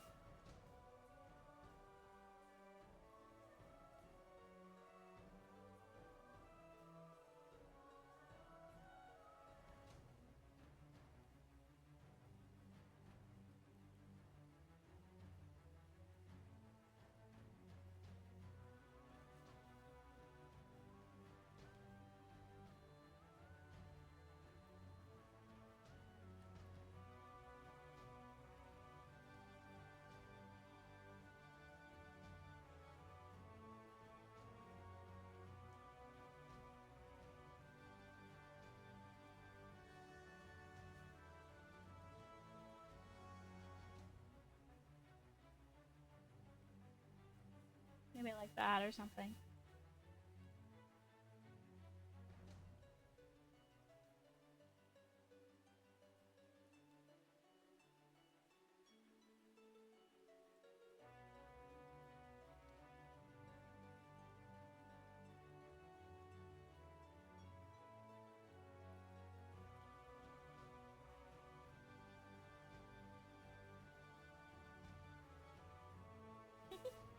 Your face! Couldn't be me. That's what you get of my face.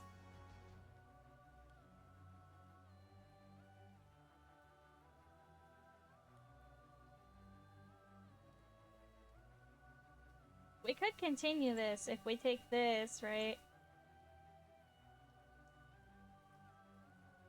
And just be really lazy.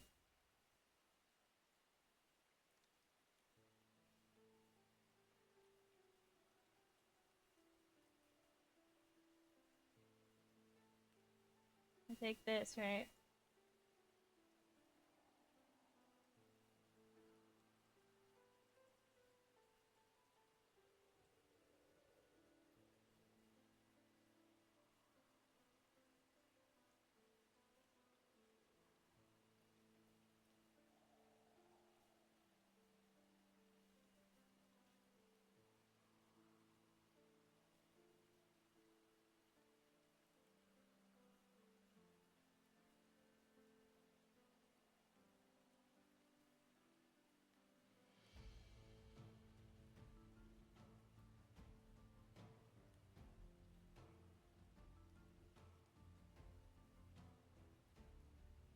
Like that. It says something like that.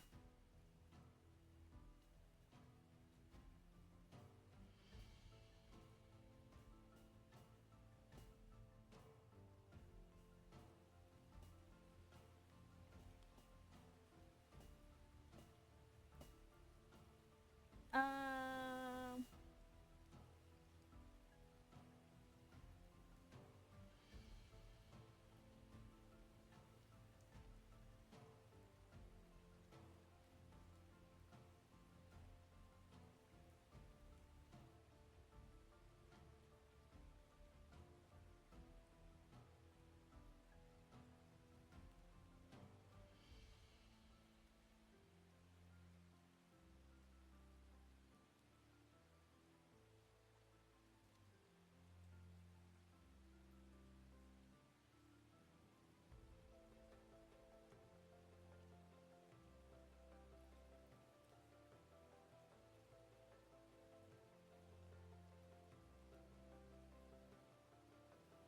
I forgot to unmute myself after coughing.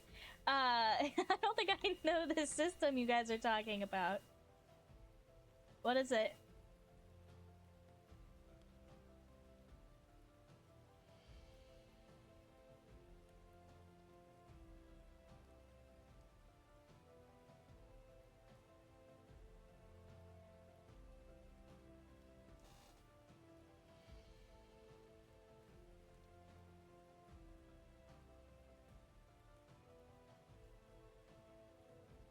He wouldn't like it too spooky.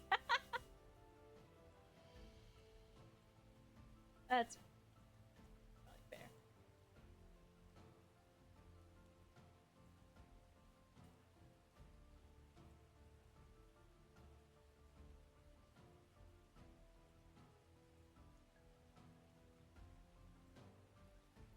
It's a system where everyone knows that they're going to tell the story of how their characters die, not how they live. It's often used for apocalyptic or horror stories. Ah, okay. I was hoping that would goad you into playing non-D&D. See, but if someone tells me something spooky, I'm not gonna do it. Because I am actually a very scaredy cat.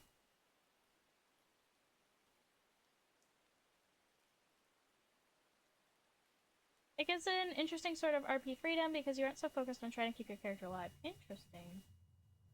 That's kind of neat.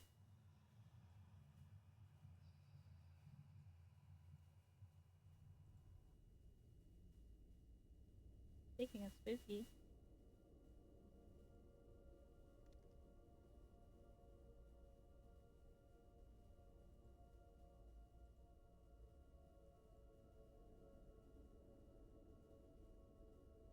Music is spooky. I'm gonna skip this one. Not the vibe for today.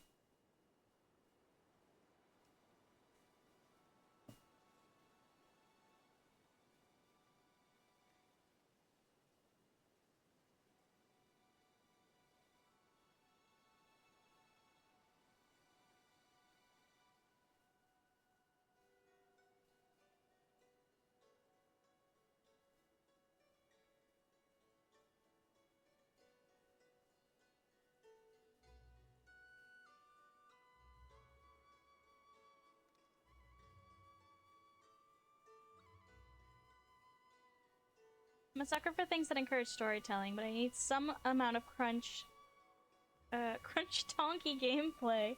But I don't want the entire experience of my table to be several hours of rolling hits and damage and nothing else, so balance. Yeah, and that's kind of what I like about D&D is that I feel like it's fairly easy to find that balance.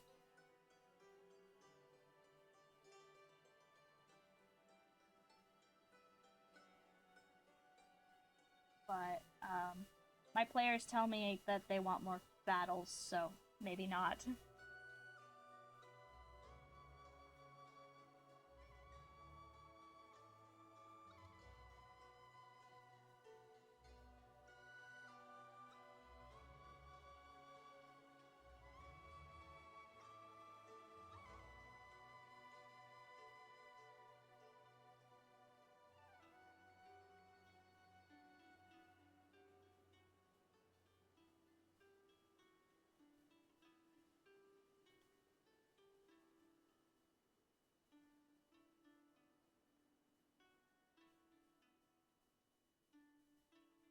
Buddy affords good opportunity for balance.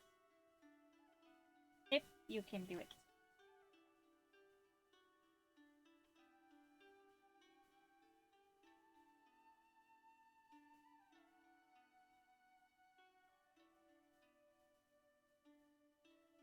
I need to work on that. But I think it can be cringy, but it's not overwhelming for new gamers as things like 3.5, Pathfinder, or WOD. I tried to play a game of Pathfinder because one of our players really likes Pathfinder. And she tried to run a game of Pathfinder for us. And then basically immediately gave us, like, a situation that we couldn't. I think she wanted to like trap our characters and be like, "Oh, spooky, you're trapped." But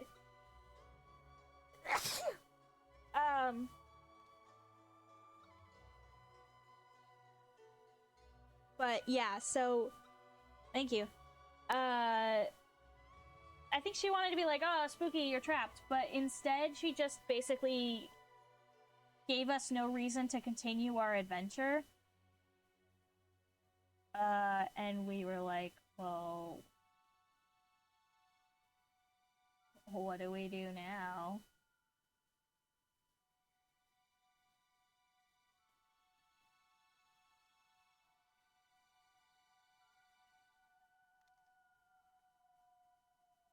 Anyways, that game didn't go any further.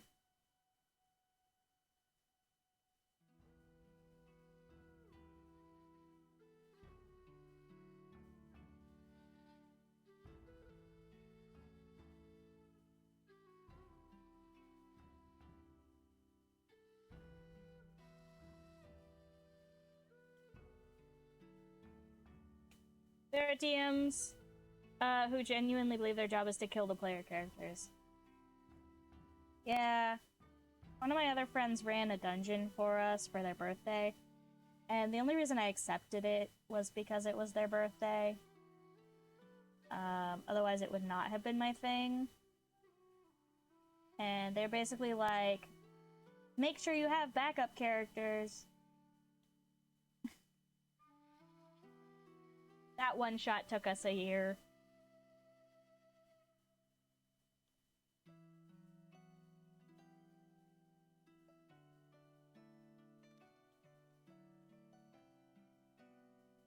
Not because of any, like, real reason. It just...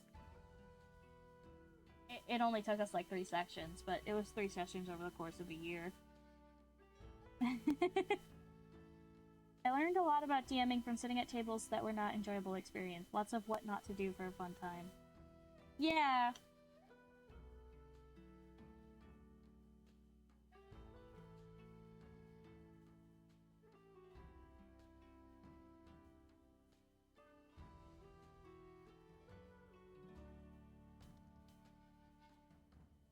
Just have a DM that would cheat. He really killed the games because he thought a good game was making us suffer. Oh, that sucks. Making them feel teary and genuinely emotional at the table is a moment of triumph if you're doing it right. Yeah. Other players would start studying the rules, calling him out. It's bullshit. That's really funny. Like, it sucks that they had to do that, but it's kind of funny.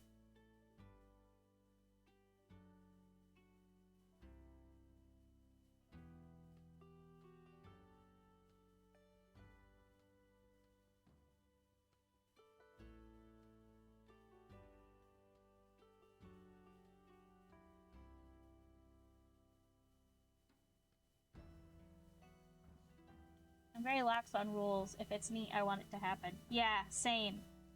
Rule of cool definitely rules my table. Like, it has to be plausible, but it, you know, yeah. If it's cool, you're probably gonna get to do it. I'll probably make you roll for it, but depending on how cool. I used to cheat, but with certain hard guidelines I had to find beforehand and never to ruin the player's fun. Yeah. If it is narratively important. Okay, here's an example where I think cheating would be kind of cool.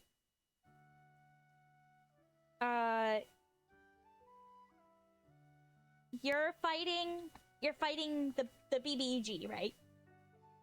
Or like some kind of god. A chaos god, perhaps. And you roll to do something.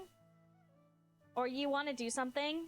And I don't want you to do it, but I'm gonna let you roll anyways. And the DC is gonna be high.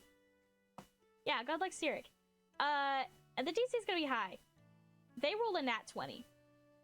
And you still go, nah, I don't think so. But like in character, right? Like as if the god themselves is like in control of the situation. That's kind of cool. It makes your players go, "Whoa, what the fuck?"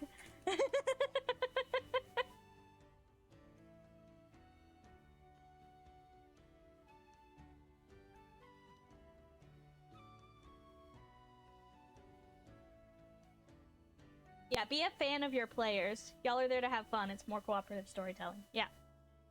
Success and failure should be subjective. Yeah.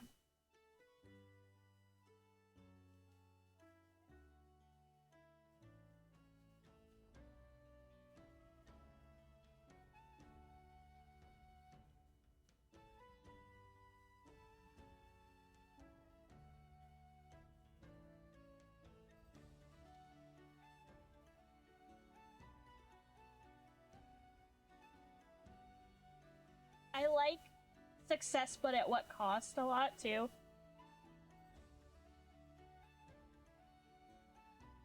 Like, you succeed, but I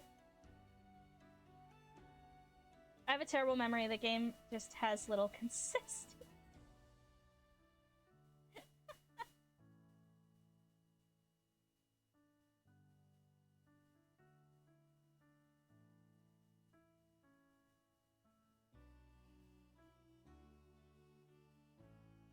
Oh, you rotate DMs.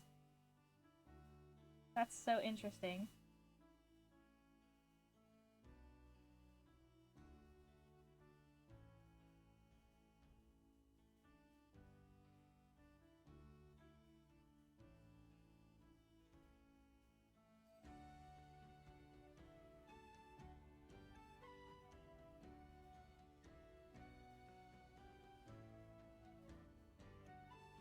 We have a setting that we wrote. Oh, I read that one.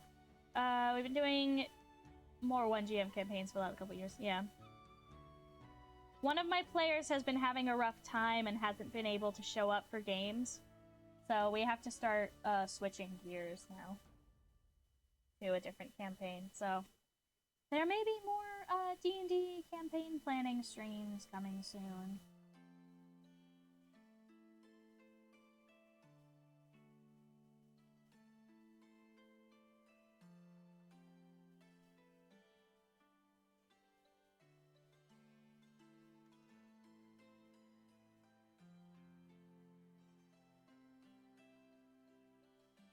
I've basically had one group. Because I have kind of like one group of... Like, I have my siblings and my family, and then I have my, like, group of friends. Which Penny is actually a part of. Our D&D group.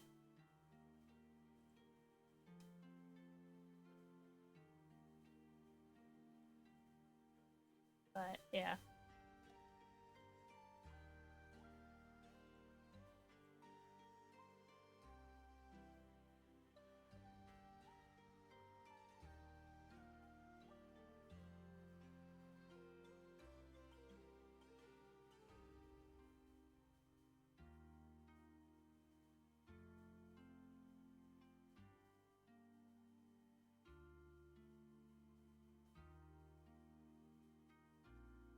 You looking at one-shots I can try out? Once we went to 3D digital tabletop for COVID, I began recording all of our game sessions, have them all on YouTube. Oh, that's cool!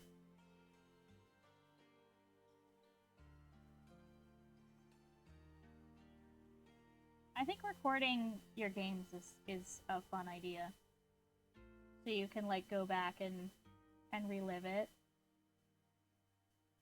I might talk to my players about doing that. I don't know if they'd be down.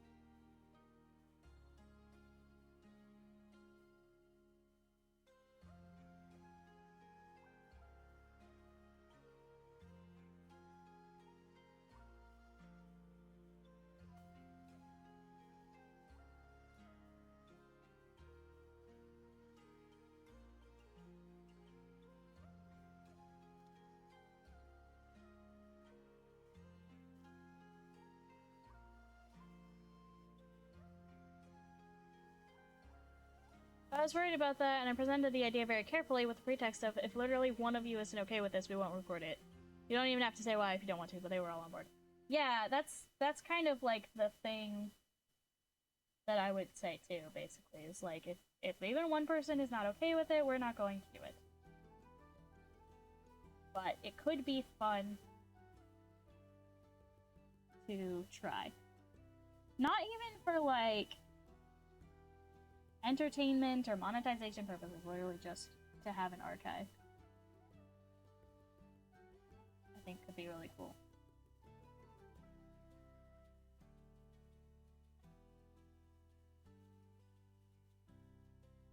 Like, I wouldn't record anyone's faces either, just... Yeah, my biggest concern was making the players uncomfortable. Yeah. I agree, that is also my biggest concern.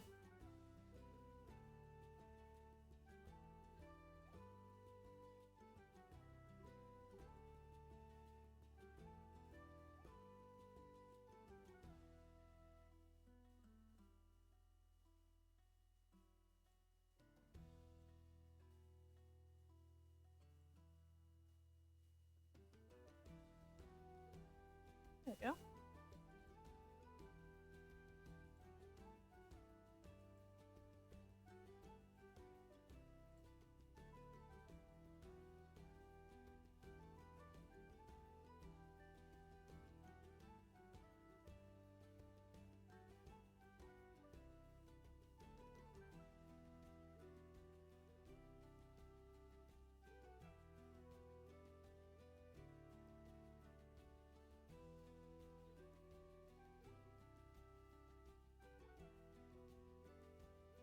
I mean, that's what session 0 is for, right? Like, figuring out what everyone is comfortable with.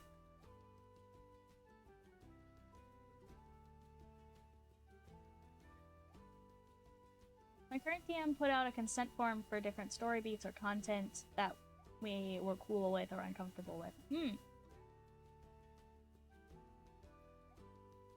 Humor can be subjective, and quotes can be taken out of context. Yeah. That's fair.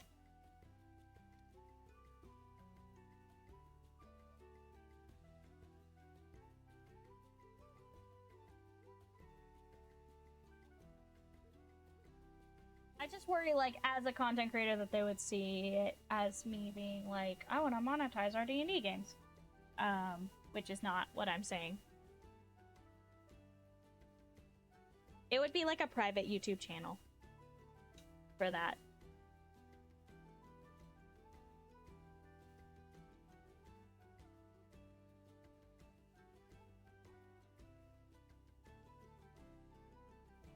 There are therapists who use TTRPG for therapy with teens?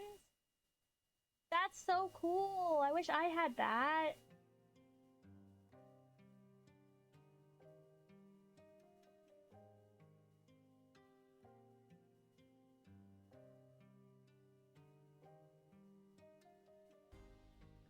Red, yellow, green light system for... Yeah.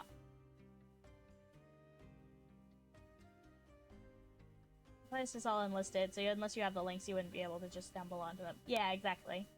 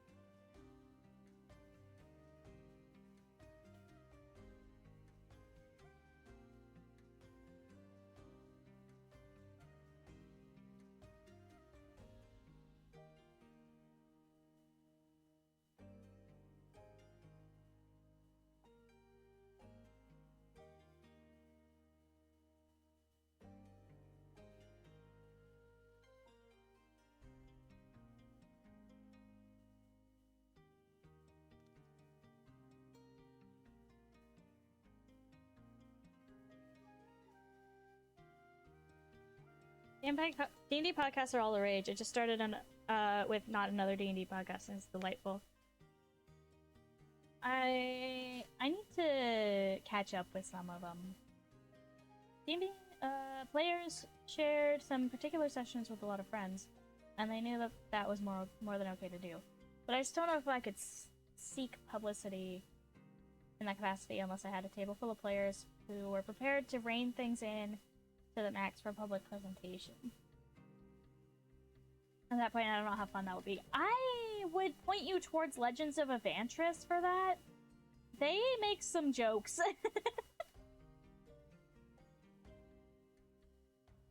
I love the first campaign of Taz.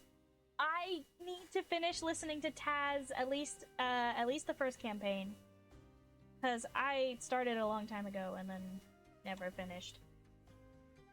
The Adventure Zone. Adventure Zone. It's the McElroy brothers.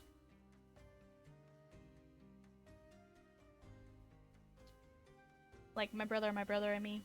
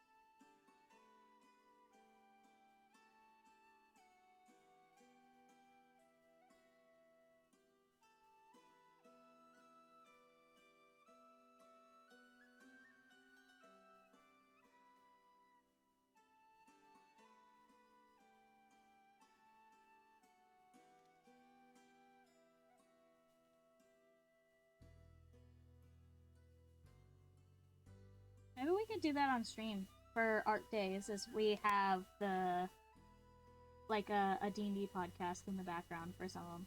I would still have to talk over it because, like, you know, stream. But I don't know, it might be fun. We can try it maybe next time when I have an actual like art stream planned, because this stream was not necessarily planned. I knew I was going to do it at some point. I just didn't realize it was going to be today until it was today.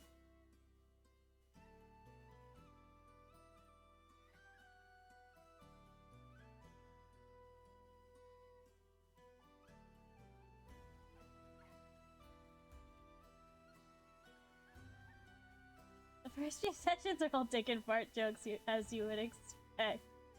But then it starts to become more sincere. In the third or fourth arc, it gets genuinely heart-gripping. Yeah, it takes a turn for sure. I would say you could use ours, but the audio quality is hot garbage. I'm sure it's not that bad.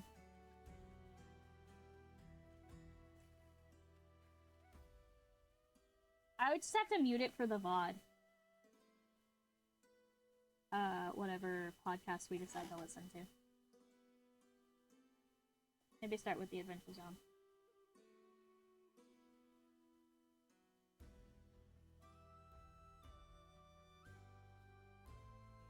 Pretty incredible that Griffin started it as a one-off and no longer went. Yeah. Well, it starts off with, like, the Lost Mine of Phandelver, right? Or something?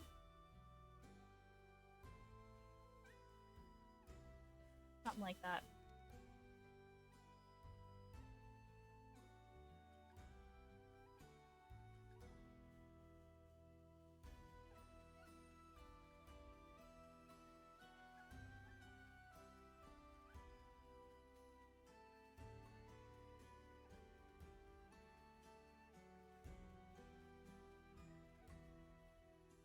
It was for the Max Phone Drive. Yeah. I guess they just decided that it was so much fun that they wanted to continue.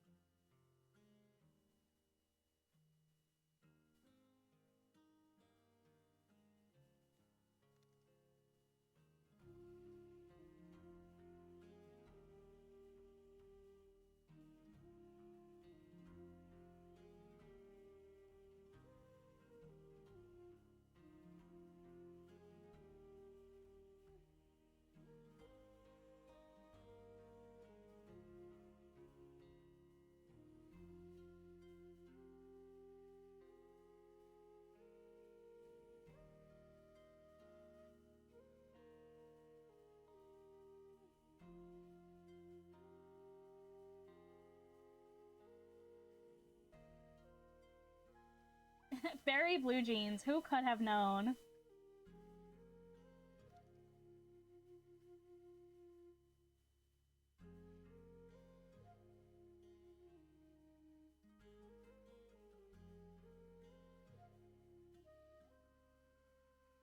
That D20 looks delectable. Thank you.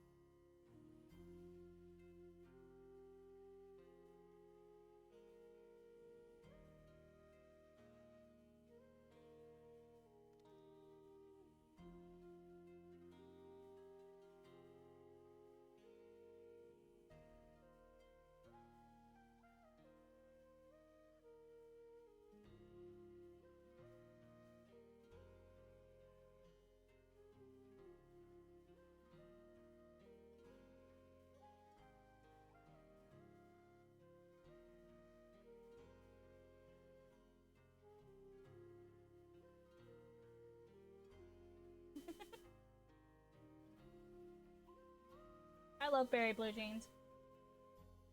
Berry blue jeans is the best.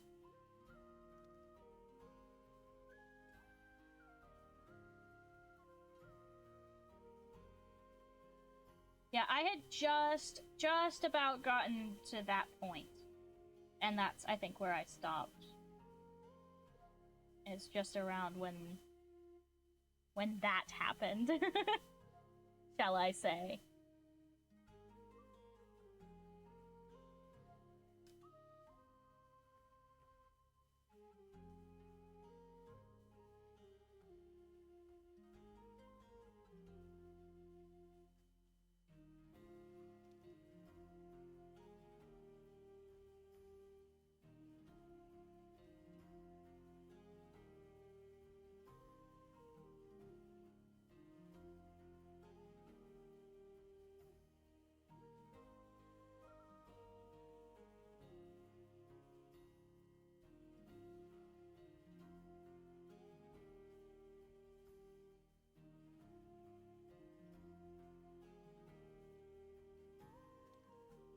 Practical, memorable names keep people focused on the story, not searching the notes for what was his name? Yeah.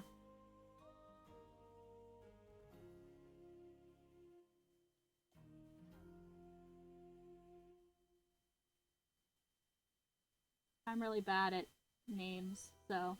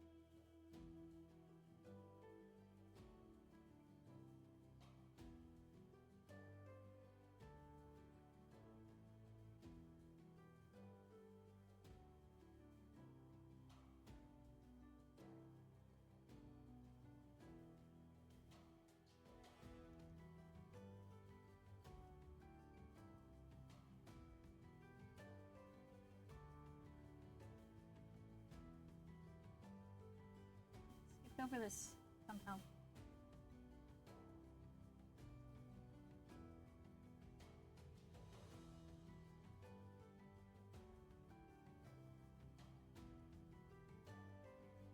I'm terrible with remembering names. Big part of why my notes were necessary, where I did keep some of my old D&D names, it's because they were very memorable. I knew my players likely had at least a passing recollection of the names before. Xanathar and Strahd are widely recognized villains, for example. Yeah. I'm definitely not forgetting Strahd anytime soon.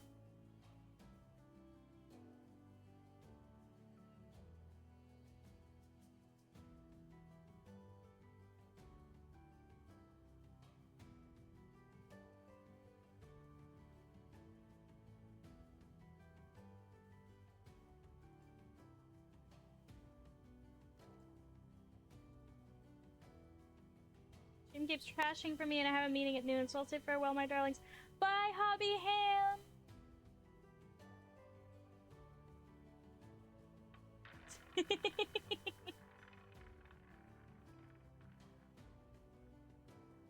Have a good birthday, Hobby Ham. I hope your gambling goes better in the real world.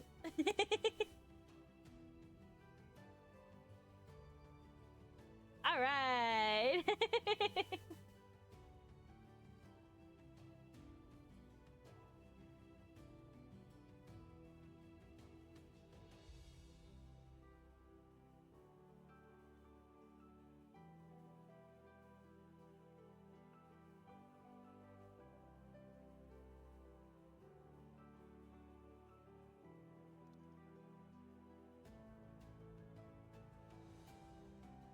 I enjoyed using Strahd in our campaign. He was never a foe they were going to have to battle, but he represented a necessary deal with the devil for them. After the deal, he was also a looming thing that they knew they had to be wary of.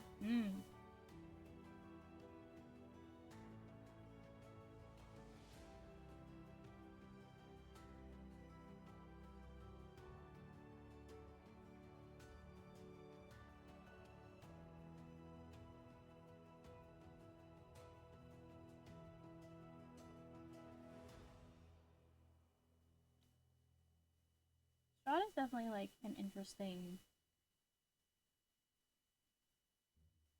character.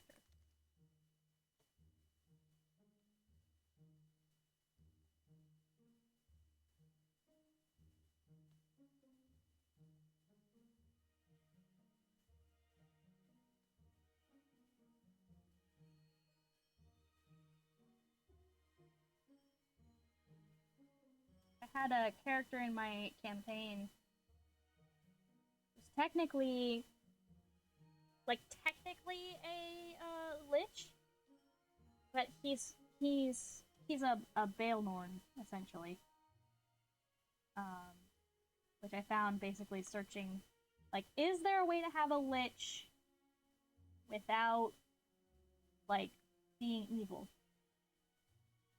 And I found Baelnorns, and it's like kinda, because they're like elves who stay alive for a reason, and they're usually like protectors. He owed them a favor, and he was obligated for that, which meant he couldn't harm them until after they called him a favor. Ooh. That's tricky.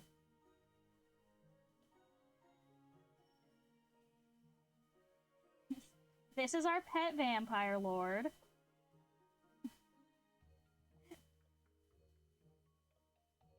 We keep him on a leash so he can't bite us.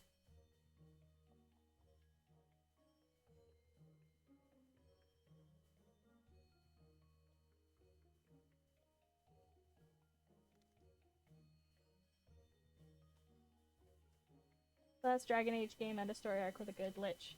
That's cool. But yeah, so the Baelnorn, like, basically, he was the king of this kingdom, this sort of outcast kingdom. And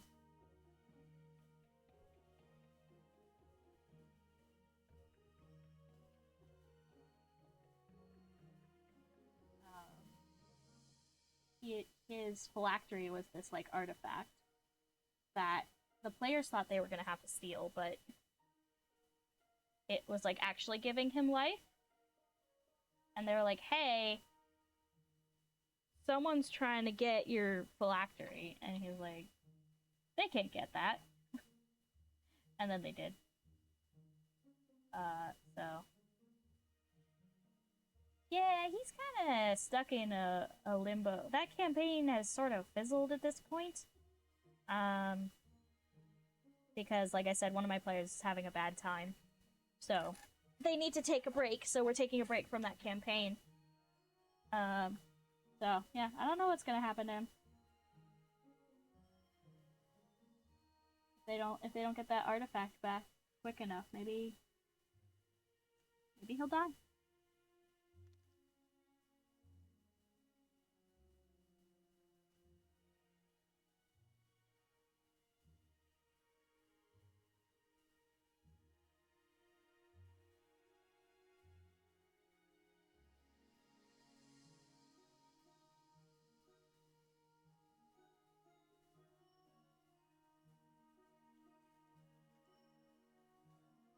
I may have stolen the inspiration for a pair of liches from Taz.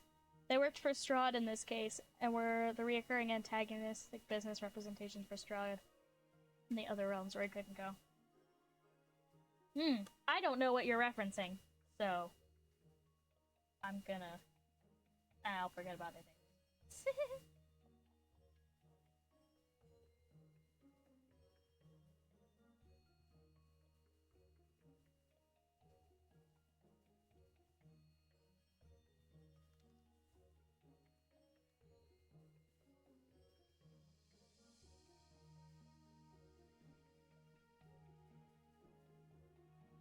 That's going fast.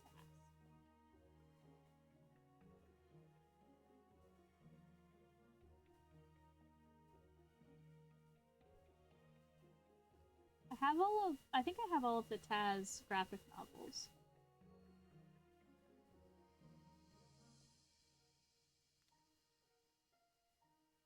But I don't know. Maybe I don't.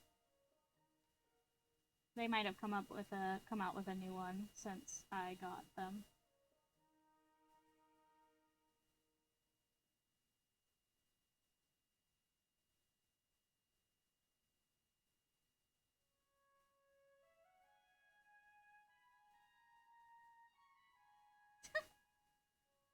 Theme song was I'm too sexy favorite.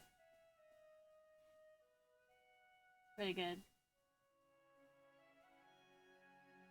I would love to have some characters in my campaign where I would start playing a particular song and my players would go, oh no, not this guy. That sounds hilarious to me, honestly.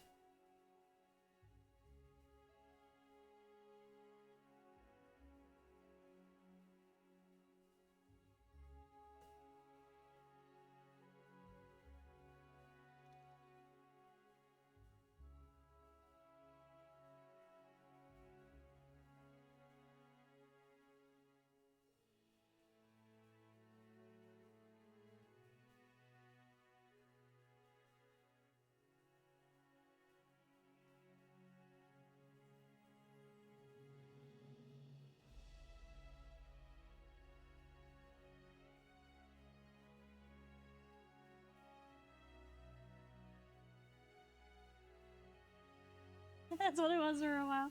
That's funny.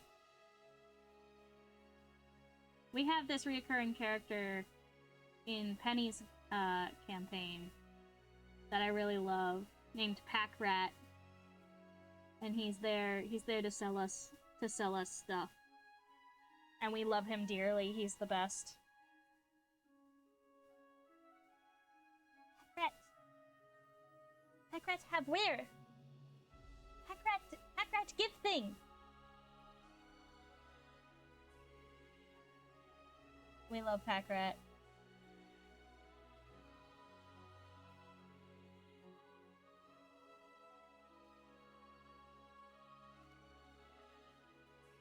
I'm not tempted to write a Final Fantasy campaign and use music as a storytelling tool. Ooh, that's so good! Oh, I love the idea of using music as a storytelling tool.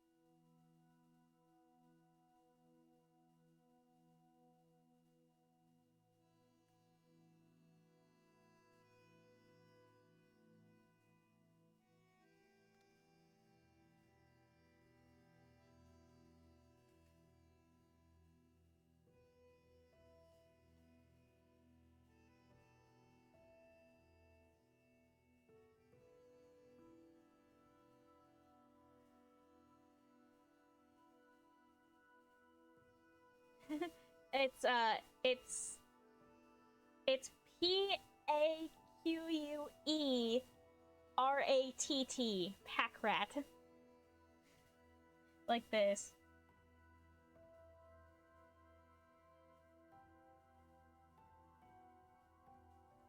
I think. Wait, now I might be forgetting.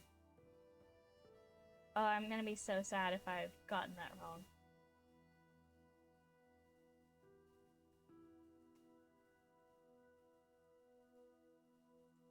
Wait, let me find him.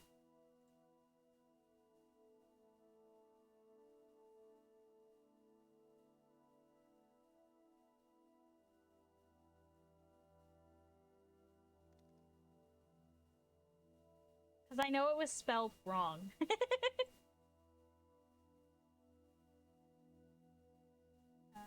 Where is he? Yeah, that's correct. Packrat.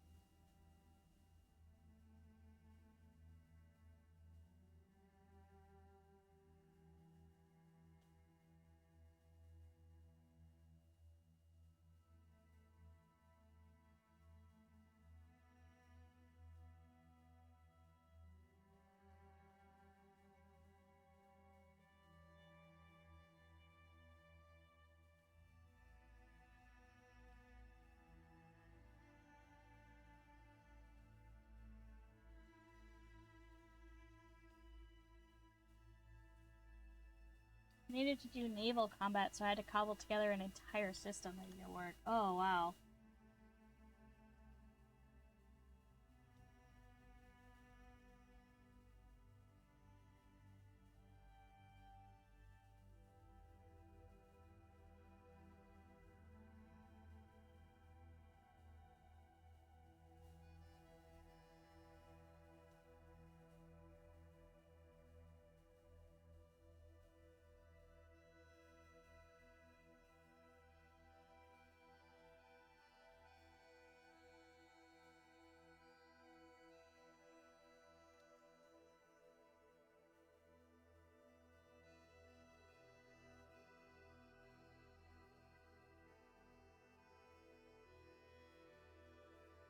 We had ships on the table for this, by the way. I crafted a 2.5-foot long ship for the baddies.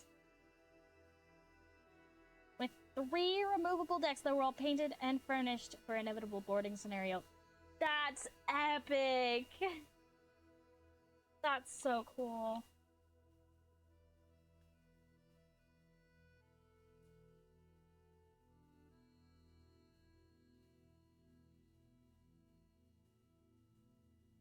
That's so cool.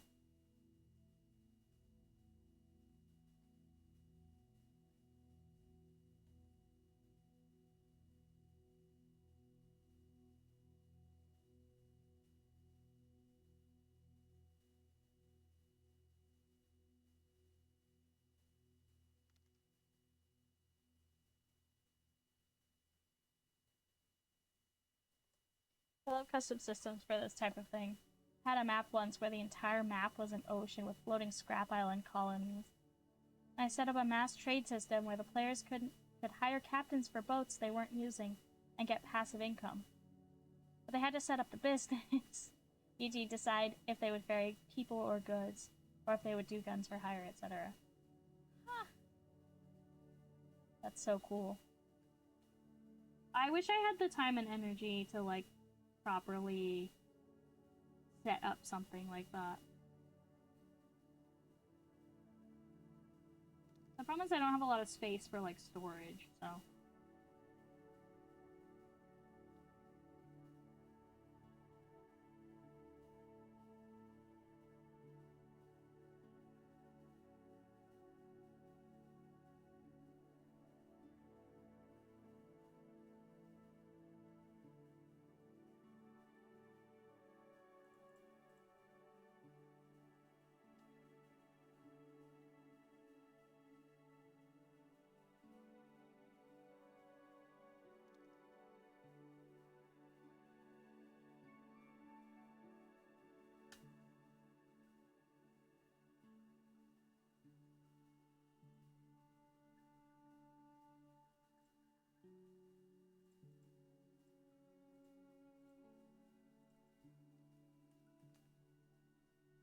Planning on using all pixel art for the TTRPG I'm writing. Ah, oh, Kenj, that sounds awesome!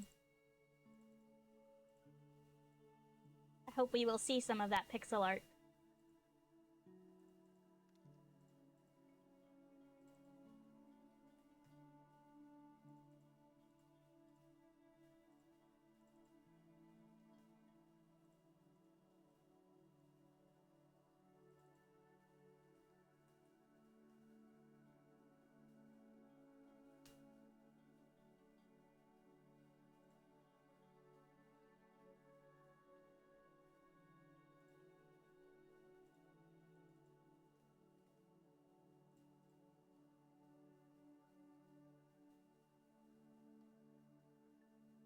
It's canonical.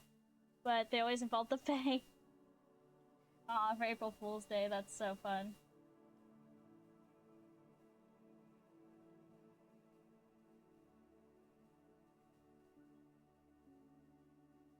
I don't tend to enjoy April Fool's Day. I don't like pranks.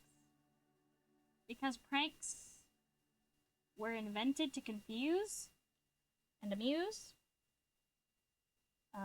And are now used to abuse. So I find it hard to celebrate.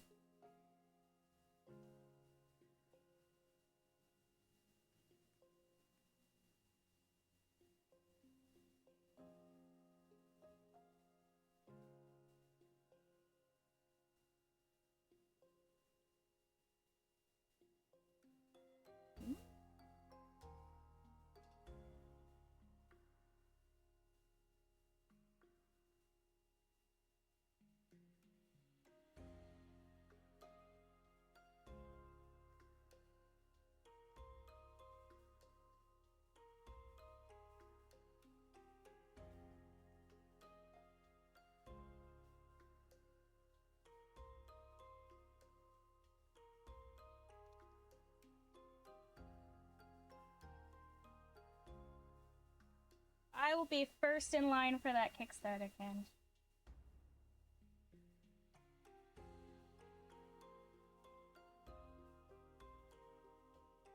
Well, maybe after your wife.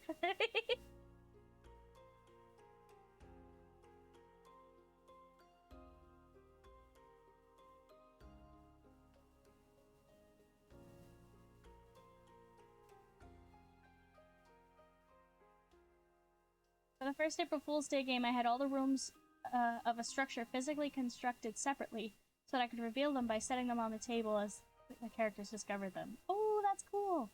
Steph's gonna be one of your playtesters? Nice. As she should. They started in a large room with rounded walls, like two big circles slightly overlapping.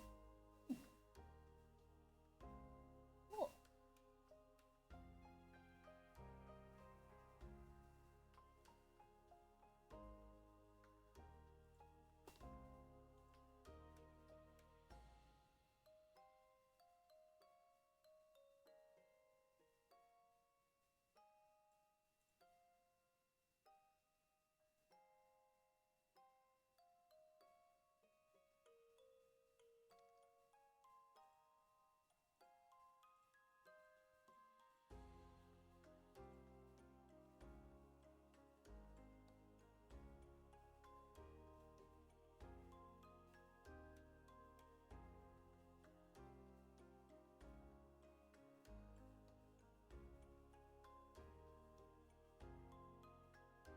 And they need to get to the other side of the building by going down a long hallway that started in the middle of the two circles. Oh.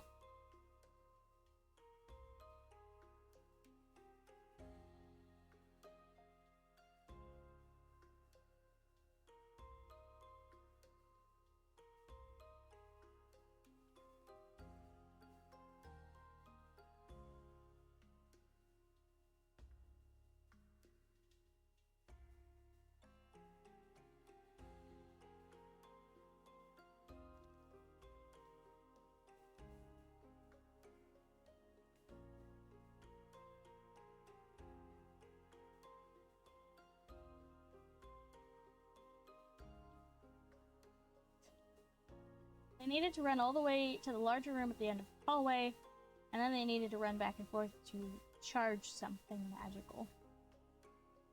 I see what's happening here.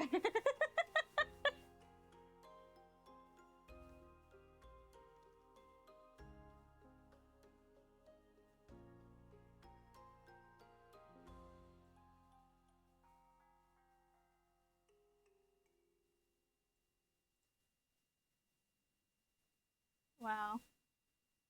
What's up, Alito Wolf?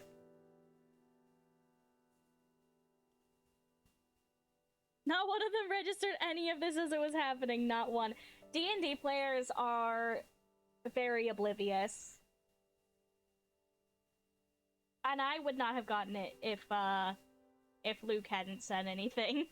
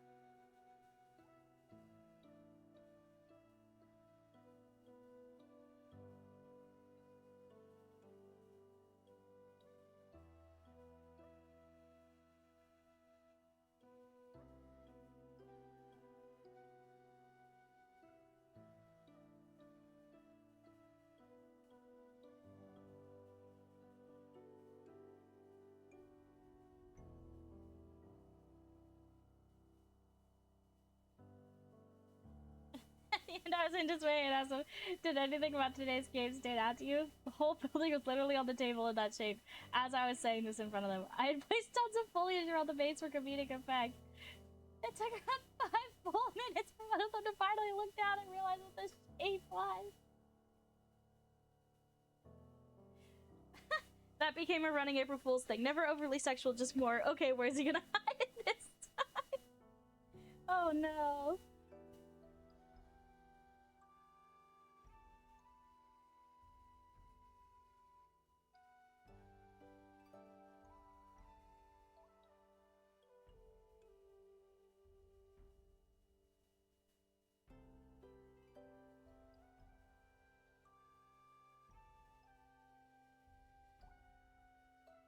My players make a lot of jokes.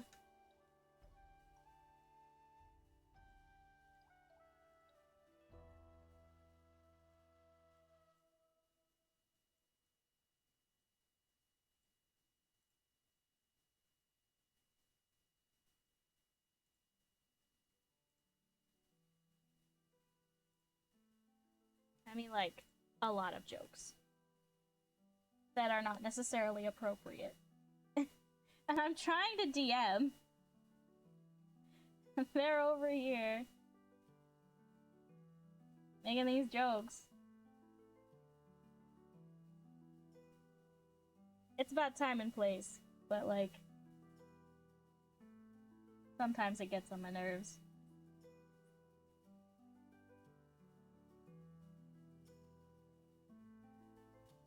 Especially like, I don't know, as an ace person, maybe it's about being ace. I just don't find them as funny as everybody else seems to. Like, yeah, okay, every once in a while it could be funny. And I'm sure your April Fool's joke was very funny. But like, I just see it too much. Time and place are important, yeah. I think that's something I learned from Crit Roll. You can make dick jokes and things like that as long as you do it without crossing into actual uncomfortable sexual content. Yeah, exactly.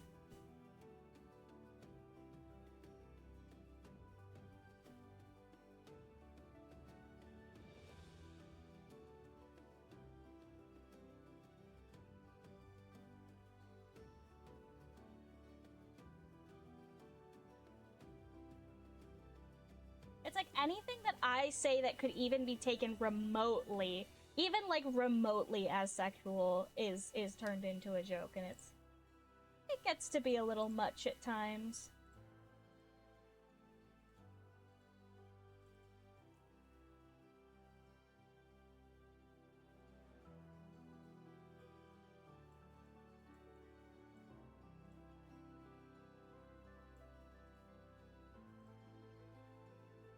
I had an ace player in the second half of the campaign. I was very careful at that point, because I wanted them to feel comfortable with the group and the story.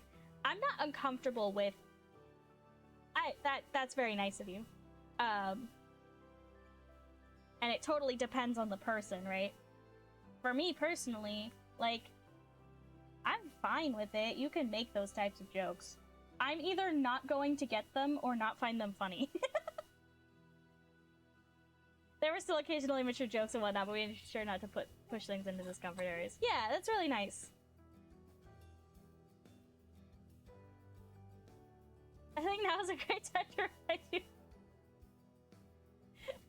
No.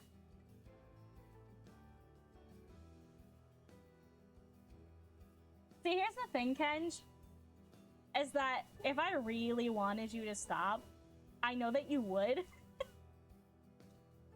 So that is not... That's not a good bargaining chip. Like, if I was really sick of it and I was like, Ken, shut the fuck up. Like, quit it. Like, you would. So, no.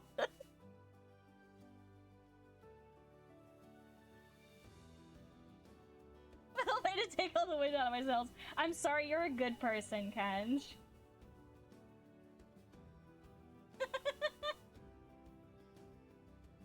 See, here's the thing. I hold all the power. Because I could just say, well, one, no. And two, I can ban people or time them out. I hold the power. Ah ha ha ha.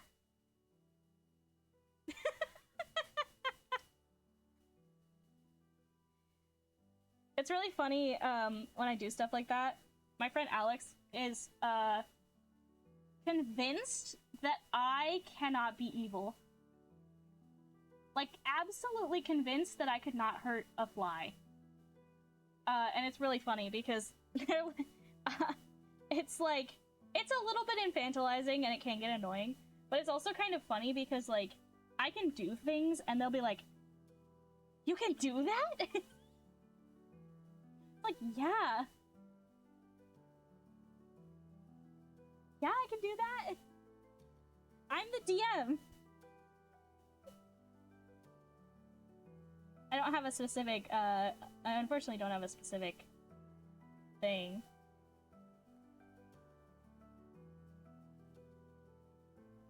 Like, example of that, because it doesn't happen very often and I have the memory of a goldfish.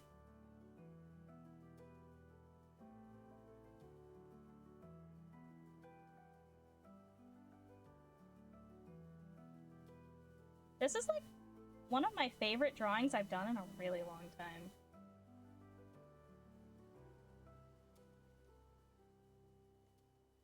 Like, this is so cute. What? What? Jack isn't some home fae creature with a specific set of rules you follow? Isn't some fae creature with specific set of rules you follow? Maybe. I really like this color palette. Thank you. I've been really liking the sort of pastels, but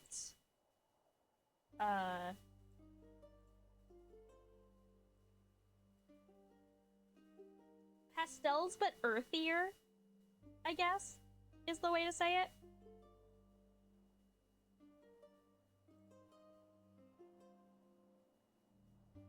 Alright, I have little Jack to do, and then I have the loading text to do. And then we're a little over time, but that's fine because I don't think anyone else is streaming today. So we'll just hang out until I finish this, I think.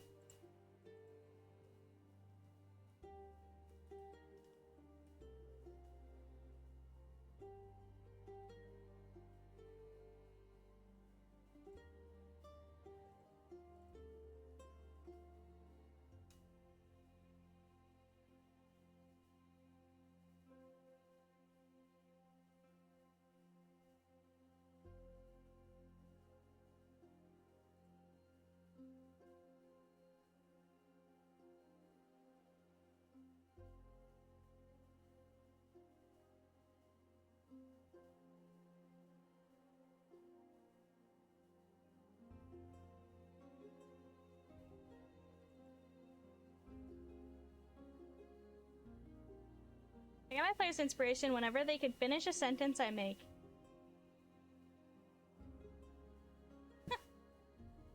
And one of them tried to do a meta build, and when I of course allowed the BBEG to exploit the same build, they complained. So I began the legendary words, I'm the and of course the entire party got inspiration for DM, I make the rules. That's hilarious. That's really funny.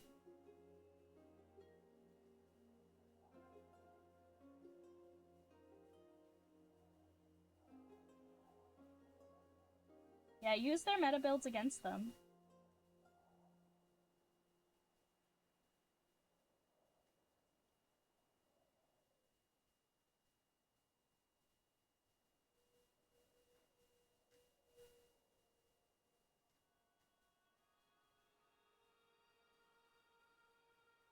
That's funny. If I told my players that they would get inspiration for that, they would just interrupt me all the time.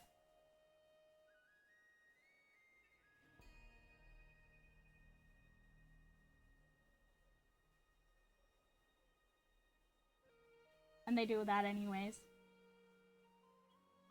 My players occasionally remind me that the DM is God. That's funny.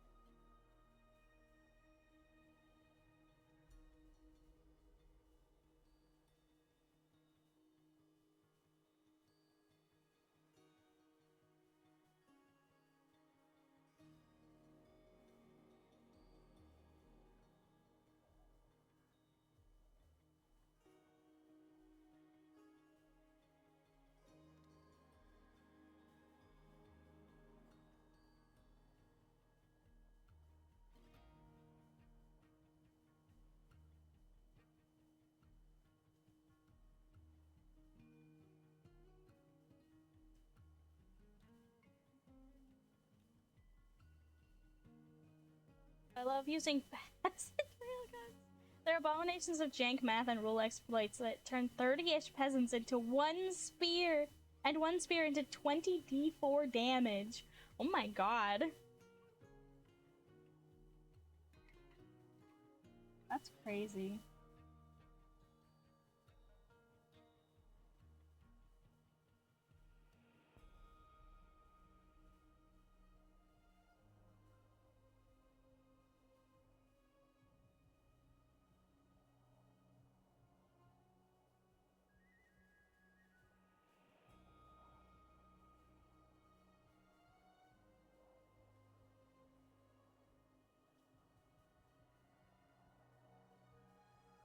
I think I've heard of that before.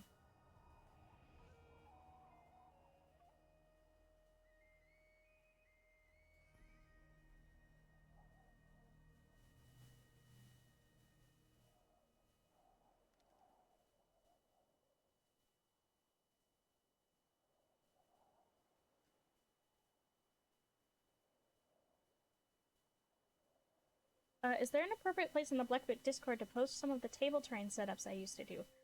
Probably in the hobby channel. That's where I would put it. Or your creations, but I'd probably put it in a hobby. Yeah, your creations would also work.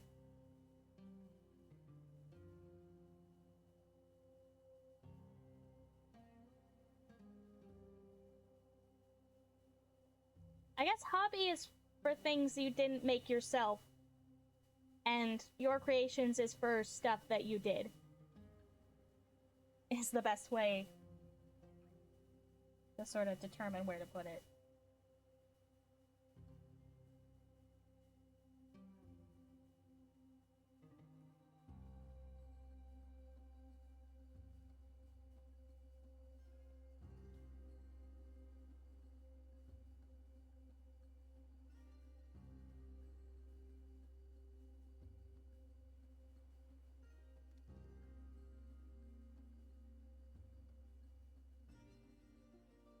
Actually, hobby more for processes and the making of stuff, but that's probably just me.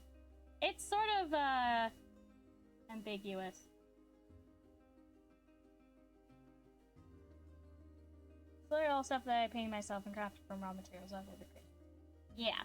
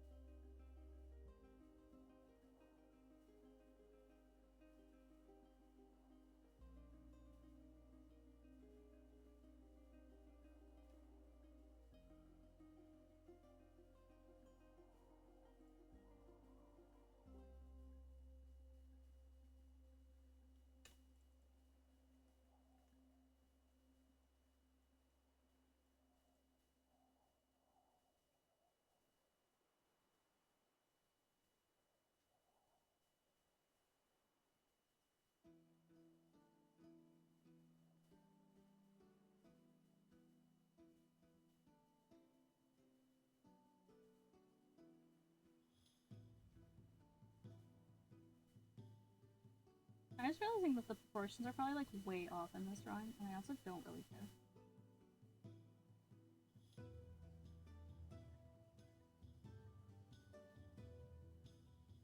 It looks cute, and that's all that matters. Like, that TV is really small, and that D20 is really big. Let me do some adjustments.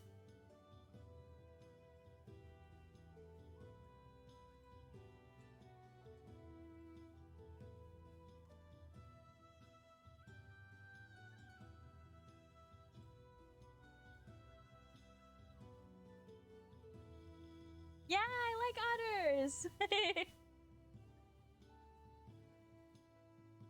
Jack, I went back and watched the first available VOD yesterday, and you like otters too? They're adorable. Yeah! I love otters! If I was gonna make a fursona, it would be an otter. I relate to them a lot.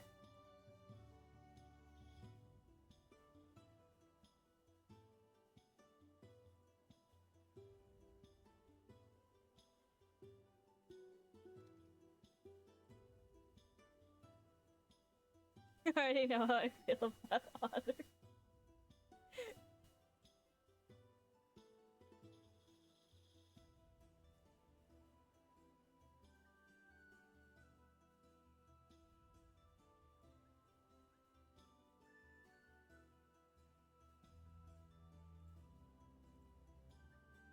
I don't.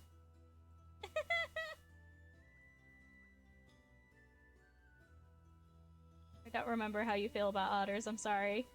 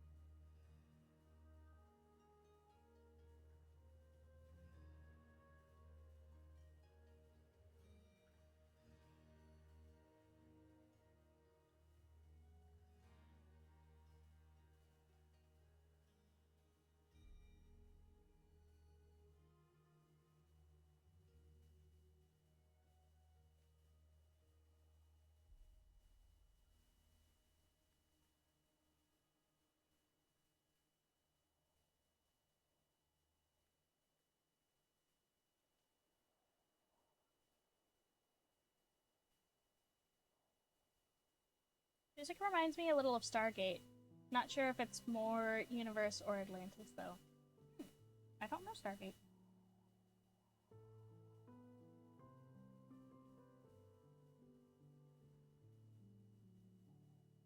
This is just like an indie lo-fi thing that I found one day.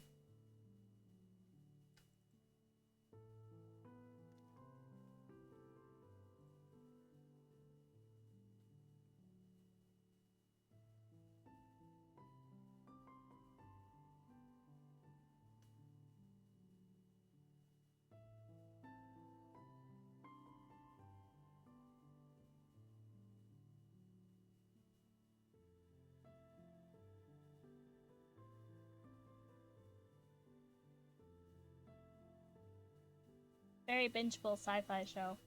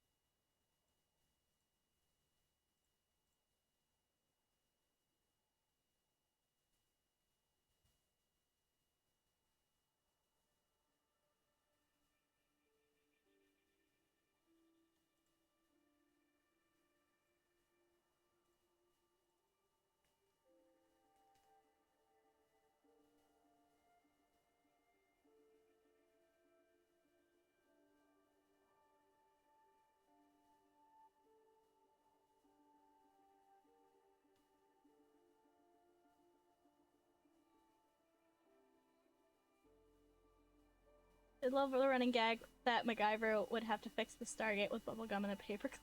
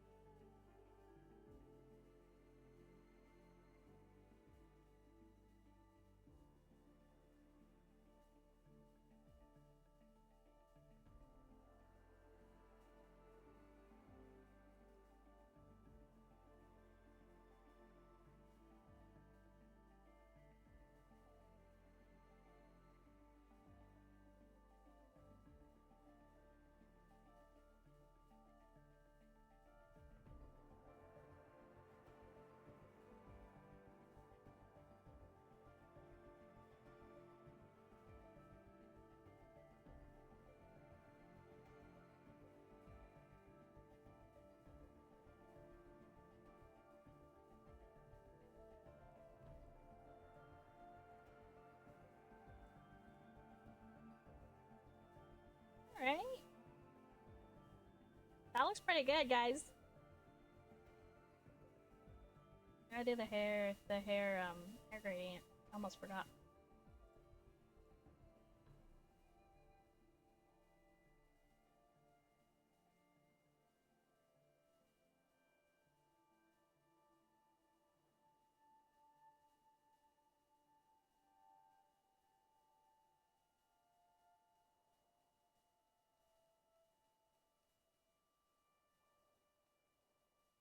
Is that where the term MacGyver comes from, by the way?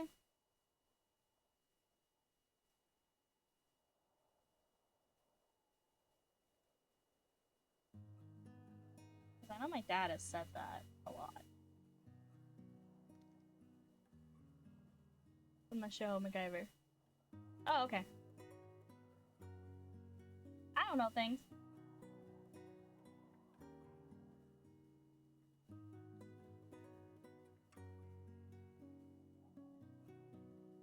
What's character's name?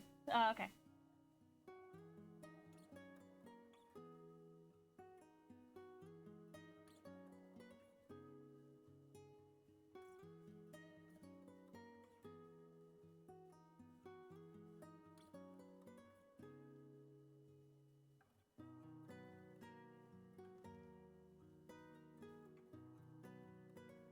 I used to think time was pronounced thigh with an M on the end. Oh, thyme. I think that's a common mispronunciation. I think we're done, guys. Oh, I need the text. I need the text.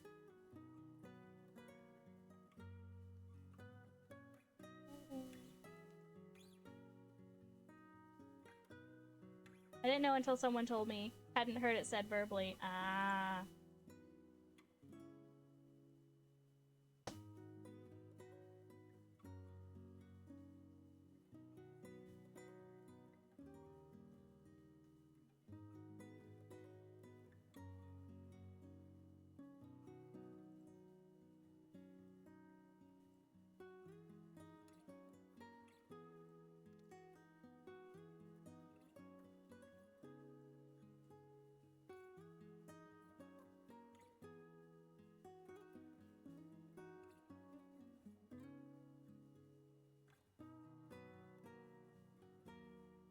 Yeah. Take a look around you. Everyone has gaps. Yep.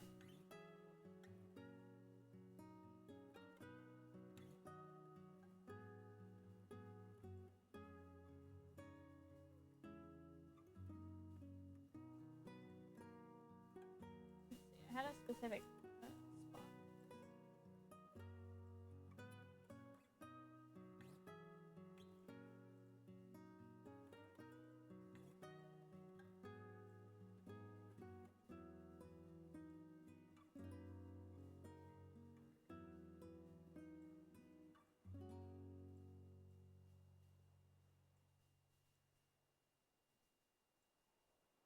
There we go.